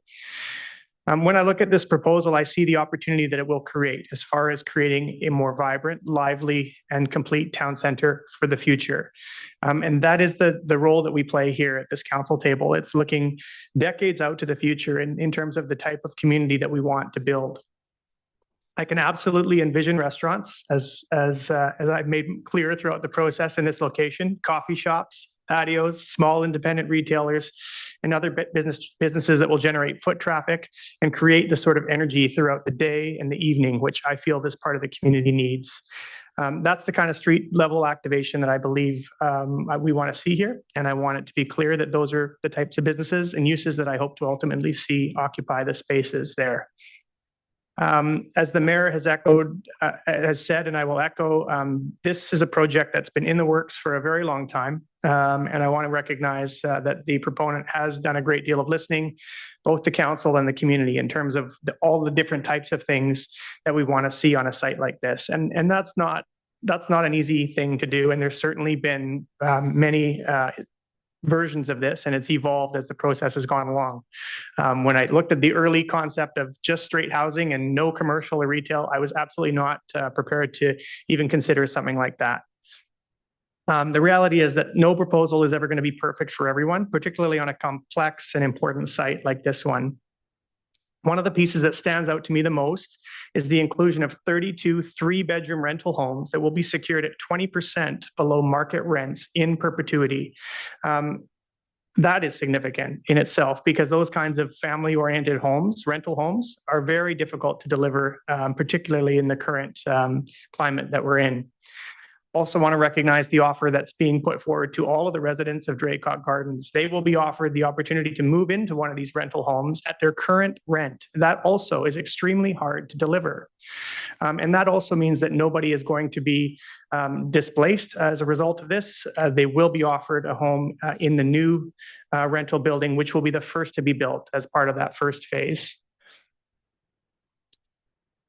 So I believe adding this type of housing in an area like this of our community, again, creates the sort of walkable town center, particularly when it's combined with the sort of businesses that go along with it. I also think it's important to recognize the substantial community contributions tied to this proposal, the approximately $13.5 million in development cost charges and $10.4 million in amenity cost charges. Now, while these funds are not specifically earmarked, I would certainly hope to see a meaningful portion reinvested back into Lynn Valley through projects like the future rebuild of Carey Magnuson Rec Center, and I will take the extra 2 minutes if I can. The future rebuild of Carey Magnuson, trail improvements, and other community amenities and infrastructure that we know Lynn Valley wants to see, both for current residents and future residents to benefit from. So, as I've sort of said in my earlier comments, these are not easy decisions that we make when we look at proposals like this.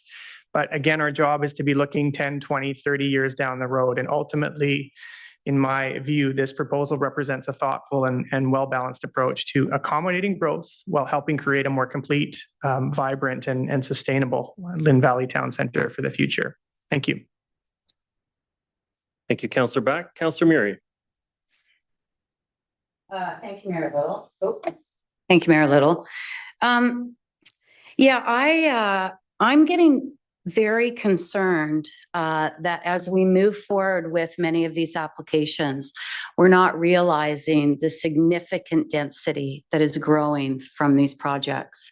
I'll remind council of the project on Mount Seymour Parkway that passed 4-3 in the previous council. Was on a site that was double this size that we're speaking about tonight, double, 6 acres.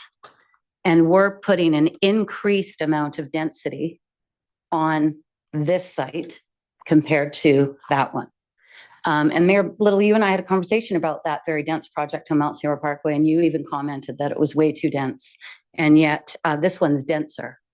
We're taking density from and if you can visualize the 12-story building at BOSA and squishing it into 6 stories. And that is not in the spirit of the OCP. That is not what the community spent years building in regards to sustainable developments. And as Councillor Back points out, going into the future. The densities in these projects are growing exponentially. The Riverside one, Old Dollarton, Anthem are densities we have not seen. The previous application tonight that was under adoption, setbacks have been reduced. We are pushing more units on smaller sites and densifying in a much greater, not a little bit, but a significant amount to get more units in. And for that, we are taking away the livability of an area. I think the project on Mount Seymour Parkway, I thought was enough to convince council that those densities are not supported in the community at all. And I think everybody that spoke at the public hearing said they recognized the need for more housing, and they wanted to look at the need to protect the residents that are living in the rentals behind the Dairy Queen now, but to remove ourselves in such a way that these boxes of density that we are proposing and building and approving are somehow the livable projects of yesteryear we're on two different planets. And the project on Mount Seymour Parkway is a clear example. I mean, we have pushed the doorways to the sidewalk on Mount Seymour Parkway. The entrances to people's homes are on the sidewalk, and there's barely any space between the rows of townhouses. And this is the same application, except the site is half the size and the density is increased. I really, when we did the review of the OCP, the white paper, this was not understood. If that was the true intention of council, it certainly wasn't mine. If that was the intention of council, we got to go back and talk to the community again about what they're willing to accept, because I heard at that public hearing the vast majority of people speaking in this community were opposed to this level of densities, and they believed that it did not reflect the direction of the OCP. We've lost half the retail, and we seem to think that putting it on the second floor in regards to offices is somehow maintaining 25,000 square feet. We are not maintaining that, not even close. The idea that all the people that are living in the rentals are paying a minimal amount to live there, and this below market is somehow going to assist them. Again, untrue, as many of the people in the community are paying higher rents, and they have been for years because they've only been living there for 5-6 years. Not everybody that started at those townhouses have been living there, all these years. In addition, we've lost a great opportunity to protect a heritage building. Councillor Hanson, you're the chair of our Heritage Advisory Committee, and the Card House was not even anywhere near to be included in this project. Where I recall previous councils were always, and our planning department was always about connecting those kinds of opportunities to be part of the negotiation for a redevelopment. And it was sort of like, no, we're not going to do that. We don't know what's going to happen. It's going to be something else. And we have no certainty if that very important, significant piece of heritage in our community is going to protect it going forward. It's just another project. And so I think we've lost all, I really think that we believe that a project like this is what the OCP envisioned. It is nothing close to what the OCP envisioned. When we did BOSA, BOSA wanted to put 22-story towers on the mall. And the community said, no way, we're not supporting that.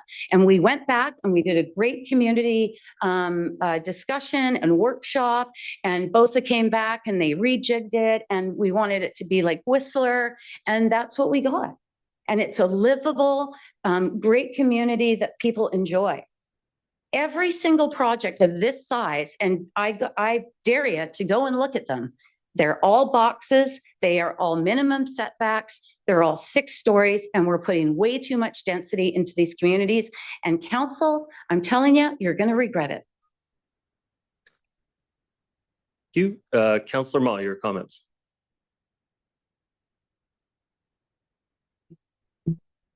Thank you.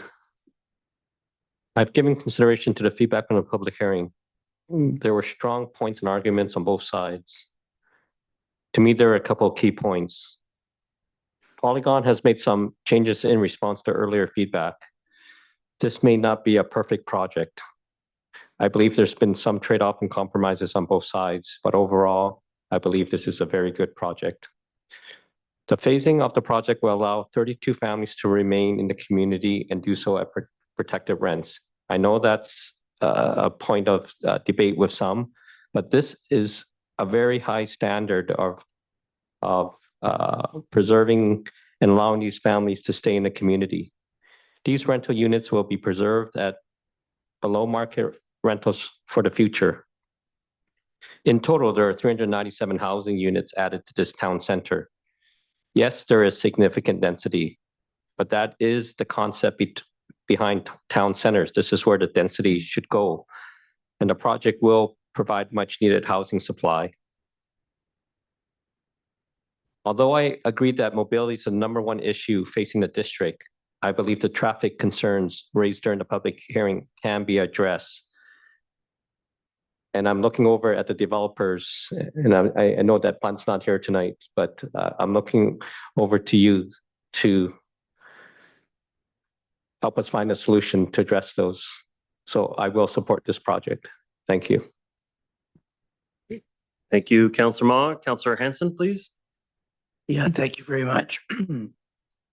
I do wish to thank staff and the applicant for all their hard work in the matter, and I thank my council colleagues for their comments. And while I will not be voting in favor of this rezoning, I do appreciate the hard work of staff and of the applicant in bringing the matter forward in the way they did. And I also wish to acknowledge that I appreciate the applicant's commitment to providing replacement units for the existing 32 tenants and their commitment to making these affordable units in perpetuity. However, in my view, the level of densification proposed at this site is not what Lynn Valley needs at this time. There are already significant issues of traffic all across the district, but quite significantly in Lynn Valley. Other kinds of infrastructure are desperately needed to support increased populations, hospitals, schools, community amenities, all of these types of infrastructure. And significantly, there's no plan for infrastructure investments to support this kind of densification. Indeed, the provincial government is canceling funding due to fiscal constraints, recently canceling plans to build seniors care facilities. Those have fallen to the bottom of the list due to fiscal constraints, and canceling the completion of the Burnaby Hospital expansion, which was already underway. I mean, that's how little capacity this government has to provide necessary infrastructure due to fiscal constraint. There is no reason to think there'll be any meaningful investments in transportation or healthcare in the North Shore in any foreseeable timeframe. Given that, in my view, we must be very careful how and where we densify. I would prefer to see this site as a transition zone between the Lynn Valley Town Center and the lower density residential. I'd like to see lower density, less height. I'd also note with regret that the proposal does not incorporate any plans to save the historic card house, which is adjacent to the proposed development. However, to be clear, my primary objection is simply that this proposal calls for too much density, given current limitations in infrastructure, especially transportation infrastructure, and given the lack of any meaningful plans to make necessary infrastructure investments in the foreseeable future. We can't simply keep adding population unless we have a plan to add the infrastructure necessary to support that population. And at that moment, that plan is lacking. Those are my comments. Thank you, Councillor Hanson. Councillor Pope. Thank you very much. I want to thank everyone who sent us emails and came to the public hearing. It was informative and interesting and has helped guide my decision. This is a major proposal on a really important site in the middle of Lynn Valley, so I think it's fair that people have strong opinions about it. And I also think it's fair to say there's a lot of benefits to the community in this project. This is exactly the kind of place where additional housing should be going. It aligns with our official community plan. It's in the town center. It's walkable.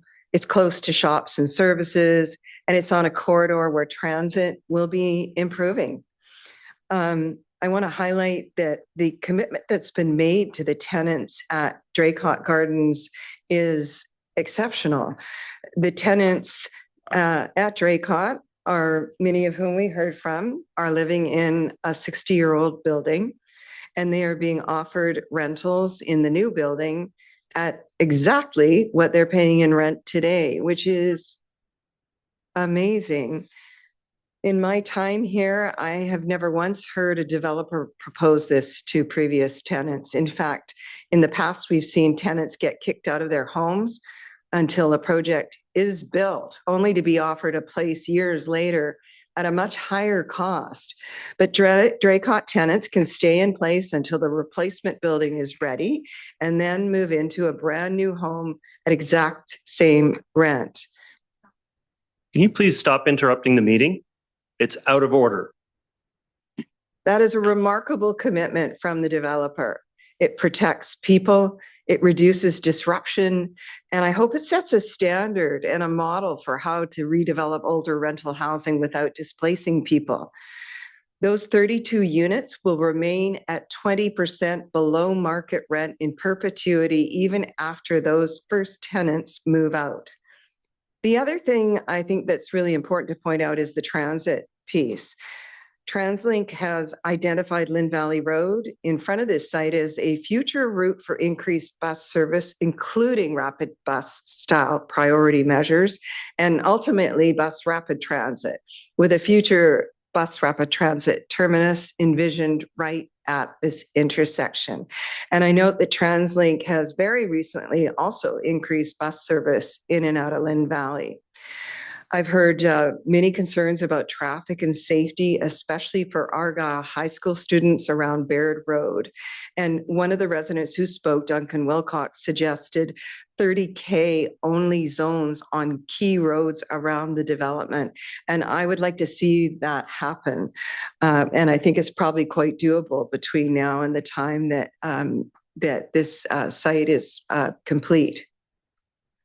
And there are also other pedestrian safety improvements around the project. So on balance, I think this development will be good for Lynn Valley. It brings housing where we need it. It protects existing renters in a way that is genuinely impressive. It will enable people to live and shop and go to medical appointments and have a coffee or a beer with friends without leaving Lynn Valley or the town center.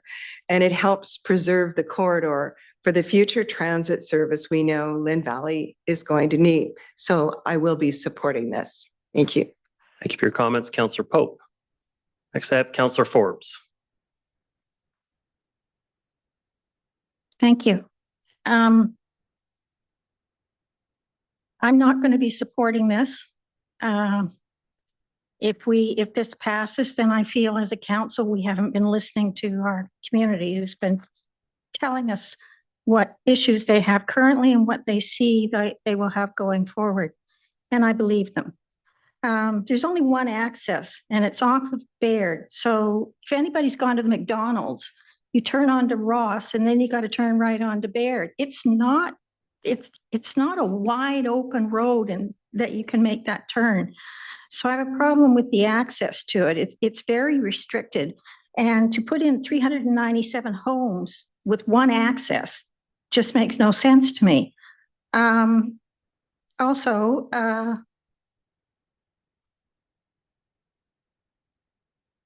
there's we're talking about the 32 rental and the people that can move over from Draycott. And that's a good feature, except if you consider what size they're moving into. They may be moving in at the same rent, but they're moving in at almost half the floor space. So I don't think in this day and age, we're finding out more and more that it's not healthy to have those small units. So they're not really getting a bargain. They're giving up their space in order to stay at the same rent. And the rent can be adjusted if the average percentage in the D&B medium rent for a 3-bedroom apartment since 2025 goes up by 5%, well, then their rent goes up by 5%. So it's going to start escalating and climbing. It's not that it's going to stay there. It's going to climb the same way all the other rental units do. So you might have 1 or 2 years where it's not too bad, and then it'll get out of hand on you probably. there's no certainty for the current commercial. I heard when we had the public hearing, I heard that there was one commercial that had been offered to come back. No other commercials. At that time, they had no other, and I don't know if they've managed to do anything since then. So all of those current commercials, and a lot of them are used by Lynn Valley residents. They wouldn't be there if they weren't able to make a business there. So that bothers me that the commercial part of it is not really being supported by this development. The other thing the neighbors were telling us about, and when you look at it and you take a walk around on Baird and that street, the shadows that are going to be cast on, and the townhouses that are being built on Baird towards the houses across the street, they're not cantilevered sort of down. They don't transition down. They're just there. And if you look at our OCP, we say that we're going to transition down to gentle density. This is not transitioning down to gentle density. So, and 481 parking spaces. I live where the major traffic block in Lynn Valley is. I live on Kirkstone Street. If I try to go onto Mountain Highway anytime past 2 o'clock, I'm not going to get down Mountain Highway for half an hour. And now this is another 481 parking cars that is just a couple blocks up more. And that's going to jam up because the Lynn Valley Center is right there, right south of this, across the street and south. So it's just going to create huge havoc with that amount of cars. And when we talk, Councillor Hanson talked about infrastructure, we have to think about schools. 481 units are going to be there. How many kids? That's going to require a whole new elementary school somewhere, I'm sure. I just think we have, you know, some of the features that just 1 second, 10 seconds. 2 minutes. Oh, okay. One of the, I lost my train of thought now. On a roll. School, okay. That doesn't help me. Thanks anyway. But what I'm getting at, I guess, is what I'm saying is there's a lot of good things in here that have not been offered before by other builders, developers, and I think that's good, but you have to read between the lines and you have to listen to the community, what they have, what they want, and then you have to look at all of what the council's supposed to look at, look out in the future, and look at our OCP and look at our infrastructure and see if we can handle that, and are we doing the best we can do for our community. And I truly think we have to set the bar higher before we start saying yes to these developments. We're putting extreme density on very small space, and that's just going to create all kinds of problems. Thank you. Yeah, thank you very much, Councillor Forbes. I think I still have 2 minutes. Yeah. So on the suitability of the site for density, I did just want to address this question. There are, I just quickly jotted them down, 17 restaurants or coffee shops within a 2-block radius. There are 2 large format grocery stores there. We have transit services throughout this space. It's exactly where you should be putting density in the community. The project that was pointed out that I had some concerns about, the massing and density, is in a neighborhood that the closest of any of those things is 3 kilometers away. And so I do see this as being core town center space. It was part of the original discussion that we had, which was the donut. When we were having the Lynn Valley discussions originally, we had such a challenge deciding what should be in the center of Lynn Valley that we actually spent a bunch of time talking about what should be in the transitional zone around it. And so it was the donut and the hole in the donut. And we actually decided what to do on the donut before we were able to come to a consensus on the Boza properties in the center of the space. But this is the kind of density that was contemplated in that process in 2010. Sorry, Councillor, please don't interrupt me. I was there. I voted on it. I have a very clear recollection of the discussion about what was a mountain village and what was not a mountain village. And I remember the presentations on it very clearly. So it is exactly where these densities can actually be appropriately supported. You can walk out the door and have 17 different food services within 2 blocks, plus grocery. I know people have rose-colored glasses about what Lynn Valley is or what Lynn Valley has been. This is where you should be putting your density and properly supporting it with services. I see no further speakers on the matter. I'm prepared to call the question on the motion. All those in favor? Contrary minded? Motion is carried with councillors Hansen, Forbes, and Murray opposed. Thank you, council. All right. Right. The next item up for discussion is item 8.7. And I'm just going to start out with the clerk has an opportunity to introduce this item, please. Thank you, through your worship. This is introducing amendments to the general local election bylaw and street and traffic bylaw regarding election campaign signs. I did just want to draw attention to the fact that there was a typographical error in the report, not the bylaws, that did say campaign signage must be posted. So I just want to briefly walk through the 3 proposed changes in the bylaw. One would be to amend the general local election bylaw to add a section saying that election campaign signage must adhere to the regulations in the street and traffic bylaw. And then 2 amendments to the street and traffic bylaw. One, to delete and replace with restrictions that campaign election signage is not to be posted or displayed until prior to the end of the nomination period. This is providing a longer period of time for election signs to be posted in the District of North Vancouver.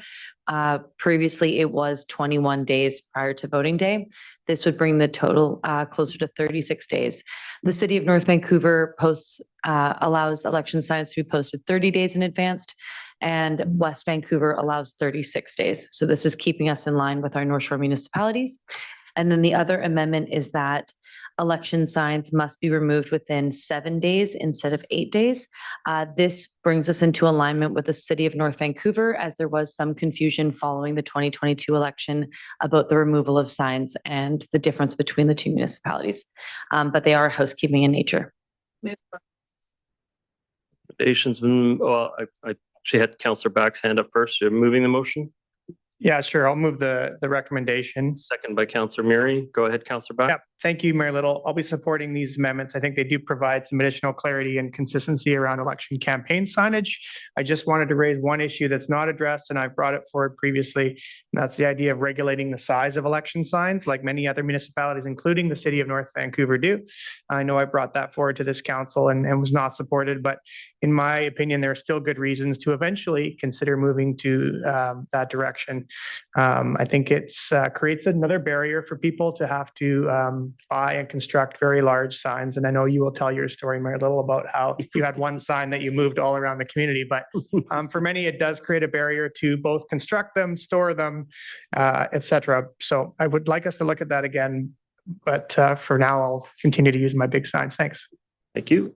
Councillor Murray, your comments? Thank you. Not really much to add to it. I think that this is reasonable. It's always a challenge. 21 days just seems so late in the process. If you're trying to use your signage to create some awareness of it, a little bit more time, I think, would be a reasonable amount. Plus also, there's a bit of wastage related to signage of any size. And so you want to get some of the best value out of it. I'm supportive of this. The one thing I'll just want to be clear about is that if there is a disagreement between the campaign signage bylaw and the streets bylaw, which one are we going to take as priority? Thank you, through your worship. The amendment in the general local election bylaw just says go to the street and traffic bylaw. So there is no conflict between the 2 bylaws. This is just to make sure that if you are reviewing the general local election bylaw, you know that your regulations are contained in the street and traffic bylaw. Will all of the candidates be provided both the campaign regulations and the signage regulation in the streets bylaw, or is that something they'll have to look up on their own? Thank you, through your worship. No, that will be provided to candidates once they've completed their nomination packages, and we provide them with all the information relevant to them. Thank you very much. I'll be supportive. Councillor Pope. Thank you. I just wanted to say that I support Councillor Back's idea for limiting the sign size. I think it would be more equitable if they were a certain size. And I'm wondering what we can do to enable that. Just checking in with the clerk. Yes. Thank you, through your worship. It's something that staff can take away. I would recommend that this be something for the 2030 election to look to implement, not for the 2026 election, just because we do have legislative deadlines for the adoption of election-related bylaws, and we will not have time to have those considered by council prior to that deadline cutoff, which is in July. So it would have to be a bylaw that, like, the actual logistics of making it happen would have to be a bylaw? Through your worship, yes, to regulate the size, it would have to be by bylaw. And you're saying you don't think it's possible to get that back, even that simple one thing before the July break? Through your worship, this would be the first time council would have contemplated it. So there may be debate and amendments between the council members. Generally speaking, if the direction of council is that they would like to include that sign regulation, it's certainly something that I can look to have adopted prior to the statutory deadline of a bylaw adoption. However, we would not have time to have any last minute changes to it if that is the case. So it would be something that if there is sizing, say there is an interest in being consistent with a city's sizing, that's something that could easily be brought forward. However, if there is any sort of variation or input that each individual council member may want to see reflected, it may be difficult to have that all reflected in a bylaw in time for the 2026 election. So where does that leave us tonight? Are you saying that that is something that staff will look into, or you need a motion?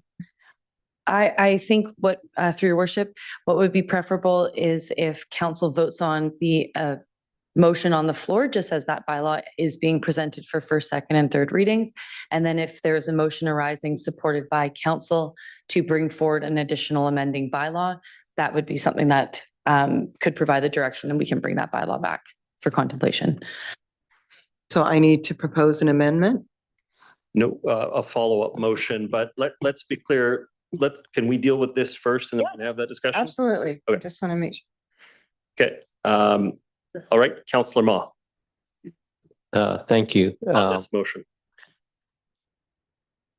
I'm generally good with the changes.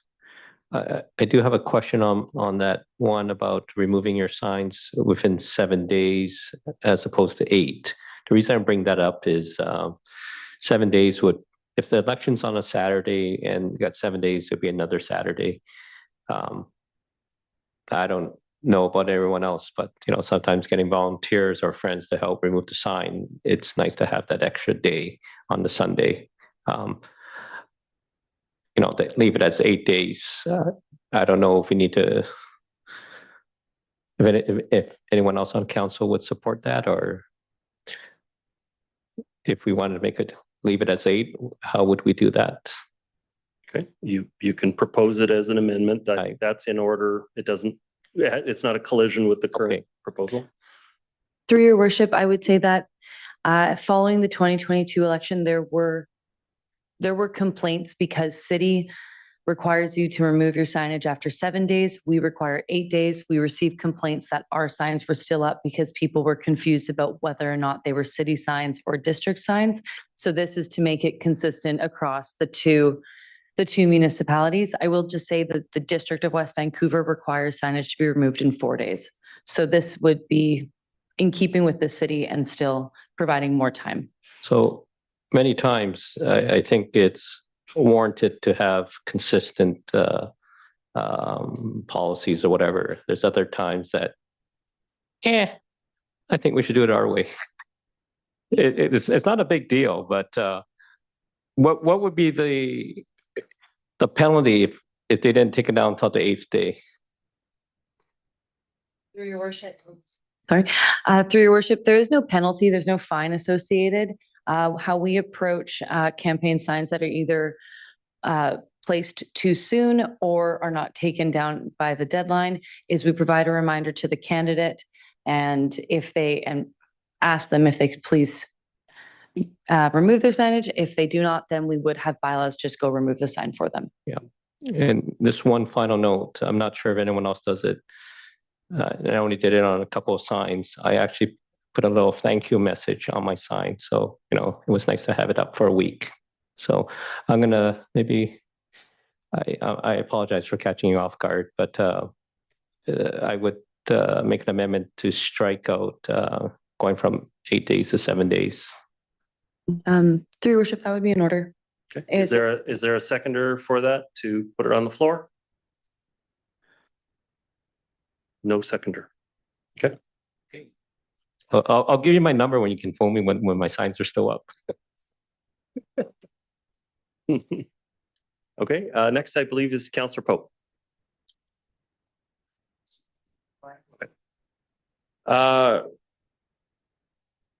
Yes. Okay. So I've already addressed this off, some comments if there is a follow-up motion about the other matter, but on what's it before us at this time, I'm supportive. So prepared to call the question. All those in favor?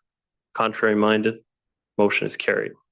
On the proposed motion, I just want to check on the status of how in order it is. So I believe this council has already considered this matter and rejected it. And I want to double check with the clerk. Our practice has been that once this council has decided on a matter, it doesn't come back on a public agenda. And then the other piece would be this looks more like a new council report, which would have to find its way into our planning agenda. But did the last vote on this happen within this council term? It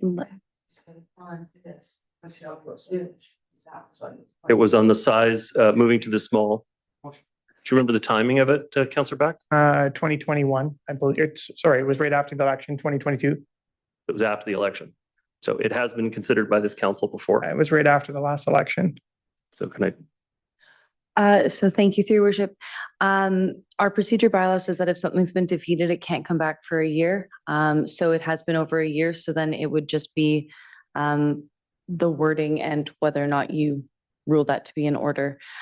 From a timing perspective, I will say that council will need to adopt the bylaw before the summer break, as we have that requirement. So it would need to be adopted by July 20th at the latest. Okay. Well, I don't know what level of support I'll have, but you can make the motion and we can test it tonight. Sure. I had the motion ready from before. I've emailed it to you, Ms. Lance. Basically, the staff report back to council with options regulating election sign size in the district, including consideration of approaches used in neighboring municipalities such as the city of North Vancouver. That's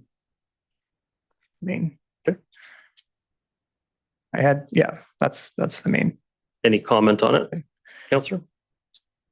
Well, I brought forward this issue before. I think when we have no regulation on sizes, it makes it very challenging for new candidates to have to go out, source the materials, pay for the materials, and build the frames, which for some, they may be equipped to do that. They might have the tools and the space to do it, recognizing that not everyone has, a shed or a garage or a workshop, and to create massive signs requires, as I say, a lot of effort.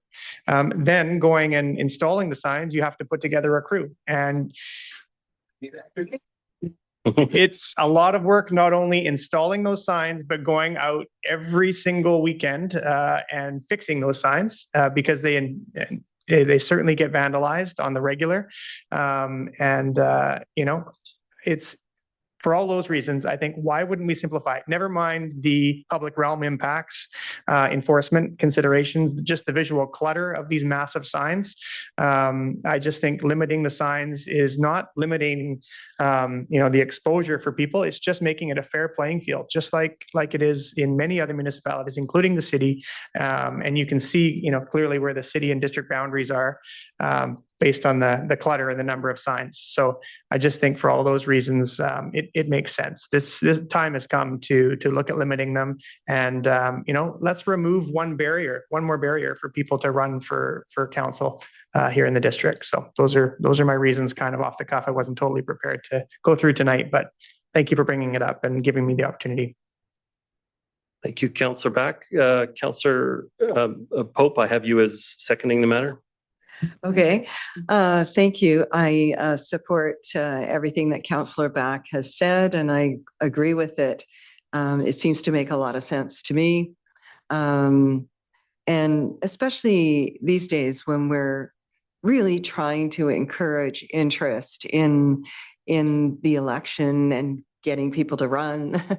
And we shouldn't be adding to their problems and putting up barriers to enabling them to compete on an equal playing field with other people who maybe have much more resources or have just been around a long time and have their teams in place. I just have to tell you that it was pretty funny, the lengths that I went to get signs up when I ran in the last election, and not going from scratch on the whole thing. It was just a ton of rather unexpected work, but it all worked out in the end, obviously. Anyway, so I will support this amendment. Not amendment, it's a separate motion, but I'll, so just my own comment on the matter. I've opposed this repeatedly in the past, and no different here tonight. I don't know if I can even share my screen on the fly, but one of the challenges is you get the impression that that having small signs is going to make it more effective or more efficient. And this is the city of North Vancouver that I'm showing on the screen during the 2018 election, because Street View happened to go by during the election period. There's got to be 80 signs in that strip of 3rd Street. And they're ineffective. It's a complete waste of time. It's a complete waste of materials, in my humble opinion. You could have built one big sign and it would have caught way more eyes and it would have been done way more efficiently. The federal elections, the provincial elections, they use the larger sign format because it's more effective and it's more cost efficient. And I think that that's my general view too. I've used both large signs and small signs, and I definitely prefer the cost per sign question and the effectiveness of the signs. The large signs are the best deal around because they, when you think about the cost of print advertising as an example, even digital push advertising, the print advertising, you were in $2,500 to $4,000 for a portion of a page, and yet for $80, I can put a 4x8 sign out for the entire campaign period. Can you give me your more cost-effective? That's the more cost-effective plan. Your signs were very effective. I remember your signs. Your signs had pink on it as the main highlight on it. I paid a lot more for my signs, so I want your contact. Oh, well, I can probably sell it to you at some point in the process. No, I'm not swayed by the arguments that that's cheaper or more accessible. You can do large sign formats much more accessibly, much cheaper. It doesn't have to be the prettiest wood you use. And I think Councillor Murray is the best example of the cost per sign. I think you had 7 signs that were recycled from campaign to campaign to campaign. And so you can't compete with the cost per sign that you can get out of recycling the larger format signs. And so I'm not swayed by the argument. And also I don't think it's an effective way to actually do this. I will also note that the city of North Vancouver candidates, quite a number of them, were putting up large format signs into the district. So they were not satisfied with the small signs, and they were using our sign bylaw to be able to put large format signs on the edge of the municipality so that they could, because they recognize the effectiveness and efficiency of the larger format signs. The other piece I'll say is the city has another challenge because there's very few paid advertising spots within the municipality. And so as you went down Lonsdale, one particular candidate bought all of the bike advertising signs the entire length of the way down the street, basically shutting anyone else from being able to advertise in that corridor because that corridor doesn't have open public space that you can stick a sign in. And so as you went down Lonsdale, there was only one candidate that was represented because they had a total corner on the market for putting out signs in that area. So I like our way. It provides candidates with more options and it's more cost effective. And frankly, it's more efficient in terms of getting eyeballs on the signs. So I'm opposed to the proposal. Councillor Murray. Well, I was the first candidate in 1996 to use 4x8 coroplast signs. Before it was provincial and federal elections that allowed large format signs, and it had not been done by a municipal councillor. And I put up 8 of them because the premise was we didn't want to litter the community with 200 little tiny signs repetitively down roadways. That just seemed overkill. It was unenvironmental. And we thought we'll just make them bigger and we'll put them in key locations and we'll put them up. It was way easier. Yeah, you had to have a couple of people. There was only, 2 people ever putting those signs up. There is a bit of a system. And I don't know why we would restrict that. It's far more onerous to drive around with little tiny signs, and I have added those over the years. But up until the last election, I had recycled all of those over 30 years, and I stored them. Actually, the mayor is storing a couple for me now in his driveway, and I taped them together with duct tape. They were also the first signs that actually reflected in the dark.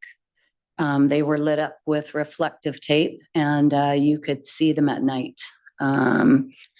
So I don't know why we want to restrict the creativity of people running in an election, and why we're worried about whether or not they have to put a campaign team together to put a sign up. If you want to do that, then you should do that. And I've run 9 campaigns, and generally I have a friend and I go out and put them up myself. I don't ask people to come and help me. I don't ask people for money.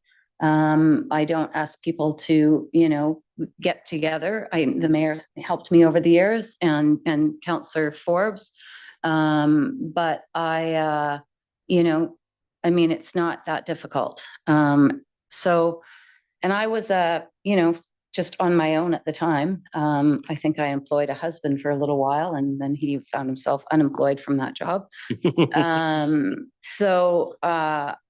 Yeah, I think people should, and we have the space to put up big signs. I'd rather just see a few big signs than signs all over the place that fall into the bush and you find them months later or a year later amongst the debris. And I don't think people appreciate the repetitive signs everywhere. I think they should be in key locations. And I think the points around the fact that city candidates are putting their signs up in the district limits, says that very thing about this control of area. The federal and provincial governments use large format signs, and I think they are effective. So I won't be supporting this motion. We've talked about this like fireworks. It keeps coming back as well. So I'm not in favor of changing it. It would cost me money actually to change it because I want to use my signs again and recycle them. This way I'd have to cut them up and throw them away. And why would I have to do that? That doesn't seem very reasonable. That's a hardship on me. That's more cost to me. Okay. Good. We're just crunching some numbers on the date And the last time it could legally be brought in, we'd have to complete the process by July 6th, or it wouldn't be able to be implemented before this election. And that's a bit problematic in that we'd need to do 3 steps in 5 weeks. Yes. 4 steps in 5 weeks. Yes, thank you, through your worship. So this would mean that July 6th, it must be adopted. In order for it to take effect, it has to be adopted 56 days before the nomination period opens. So that would be the deadline, not the 20th. It'd be July 6th. Right. Sorry, Councillor Back, is that a second time speak? Yeah, thanks, Mayor Little. Just to say that, I think the report back can be fairly straightforward. It doesn't really have to be a report back. It's just simple direction. And I think we do have time to adopt this if we choose to. Just in terms of the clutter or potential clutter with smaller signs, we can regulate. We can specify where we want to allow these sorts of signs to take place. It's not about restricting people's creativity. They can be as creative as they want, but they don't have to build these giant frames to have a campaign that stands out as much as everybody else. So, yeah, just to say that I continue to think this would be a positive change. And you're right, bike racks in the city of North Vancouver, and there's other large signs that you can buy called buses and transit shelters and whatnot. So there's other ways you can buy big signs if you want, but this would be one way to just make it more fair for everybody. Thank you. Okay, I don't see any further speakers on the matter. Oh, Councillor Ma. Full disclosure first, I have large signs. We do want more engagement, so I hear you, and we want to remove barriers. But we also live in a society where getting out the message is critical, as someone in marketing and sales. And I also think that first-time candidates, part of their campaign will include signage to get their face or get their name out there. So I see this as 2 ways. I don't necessarily see it as trying to make it easier, a lower threshold for people. I see it more as for someone that's not an incumbent that's running, getting their name out there is critical. And having signs is part of that. So I think at times if we limit signage, whether you can't put more than one on a block or you can't have big signs, that's actually probably going to hurt the non-incumbent from running. So I hear what you're saying, trying to make it easier, but I think this would make it harder for new people to get elected if they didn't have some flexibility in their signage. Thank you. Okay, Councillor Murray, second time. Well, just the comment about restricting small signs too. There's an impediment for people. I don't understand why this is an issue. This is 4 weeks. It's not like we are running campaigns for a year or 6 months. It's 4 weeks of campaigning. And, we're always wanting people to take part in the democratic process. And this is part of it. Large signs and information and small signs and any way we can attract people to, get involved and come out and take part in this process. Let's do that. Why do we want to restrict that? Why do we want to limit small signs? Why do we want to limit the size of signs? I don't understand. Is it that it's part of the competition?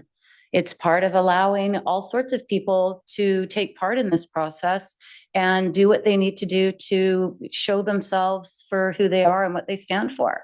I put slogans on mine. I just didn't have my name. I told people what I was about, and I'm happy to say I've stayed true to that all these 30 years. And I've managed to get reelected 9 times because I stood my ground and I said on those signs what I was going to do. So I don't understand why we want to restrict that and make it harder for people. It works. It hasn't been a problem. The complaints that we get, I know for a fact that those signs, because my signs have been collected by volunteers over the years, they're gone in days. And we're told to come to areas to pick up our signs. And so there's lots of volunteers out there that are willing to take them down. So I'd be interested in the complaints that we're getting, because I think they're few and far between. And I think I've picked up all sorts of signs for people, and I've brought them up here and you can pick them up. So I just think this is a lot about really not an issue. And a sign is a sign, and yeah. All right. I see no further speakers on the matter. Don't know which way the vote's going to go because we're missing a couple of people's comments, but prepared to call the question. All those in favor? Contrary minded? Motion is defeated with Mayor Little, Councillors Hanson, Ma, Forbes, and Murray opposed. Okay. Council number 8.8, we passed and consent at the earlier stage in the meeting. We do have an opportunity still for reports. Would members of council like to make a report this evening? I'll open with a report. I was very pleased to have a number of activities in the last week that I thought were special. One that was pretty cool was we had a Japanese military ship in town, and I was able to go and represent the district at a tea ceremony up on the deck of this ship. And it was recognizing that there's an exchange program between Canadian Coast Guard. 8 of our young people are going to be traveling to San Francisco and then on to Honolulu on this Japanese vessel as a partnership. What was really notable about it was that it was 40 years since the last time a Japanese military vessel came into the Vancouver harbor. So it was it's been a long time, and so that was quite special for them to come in, and glad to see the partnership. This last week, I was able to participate in the TWN opening of their sports field with a number of members of council. I know Councillors Ma and Pope were there, and Councillor Back as well at that opening. Such a beautiful space that I know they're going to enjoy for decades to come. There's a humbling moment when you're doing the North Shore Sport Awards where you realize every single elite athlete in the world probably started on their municipal track and their municipal pool and their municipal field, and contributed to the excellence that we all take so much pride in. And so just very happy for the TWN that they get to open this space a long time in the coming, and I'm sure that they'll be able to use that for a long time to come. Participate in the Nature and Biodiversity Strategy information session at Lynn Valley Library, and I know Councillor Ma was there, and to hear residents' concerns up in Lynn Valley, at the library itself, at the atrium space of the library, about our nature and biodiversity strategy, which we'll be having future council discussions about, but it was great to attend the pop-up. Also last week, the Prime Minister was in town for the meeting at the Greater Vancouver Board of Trade, and I was able to attend that with TransLink. And it was great to hear his vision for getting Canada back on track economically. And we'll see. It's easy to say, hard to sometimes do. And so we'll see how he's able to roll that out. But certainly there was a lot of support in the room for that approach at that time. Other than that, the only other one I was going to mention in the last week was the Polish festival that I was able to go and present to, welcome them to Lynn Valley Plaza to have a celebration of Polish culture in our community. And it was a lot of fun. The music was fantastic, and so were the food treats and stuff that we enjoyed there. I see Councillor Forbes. You have a report?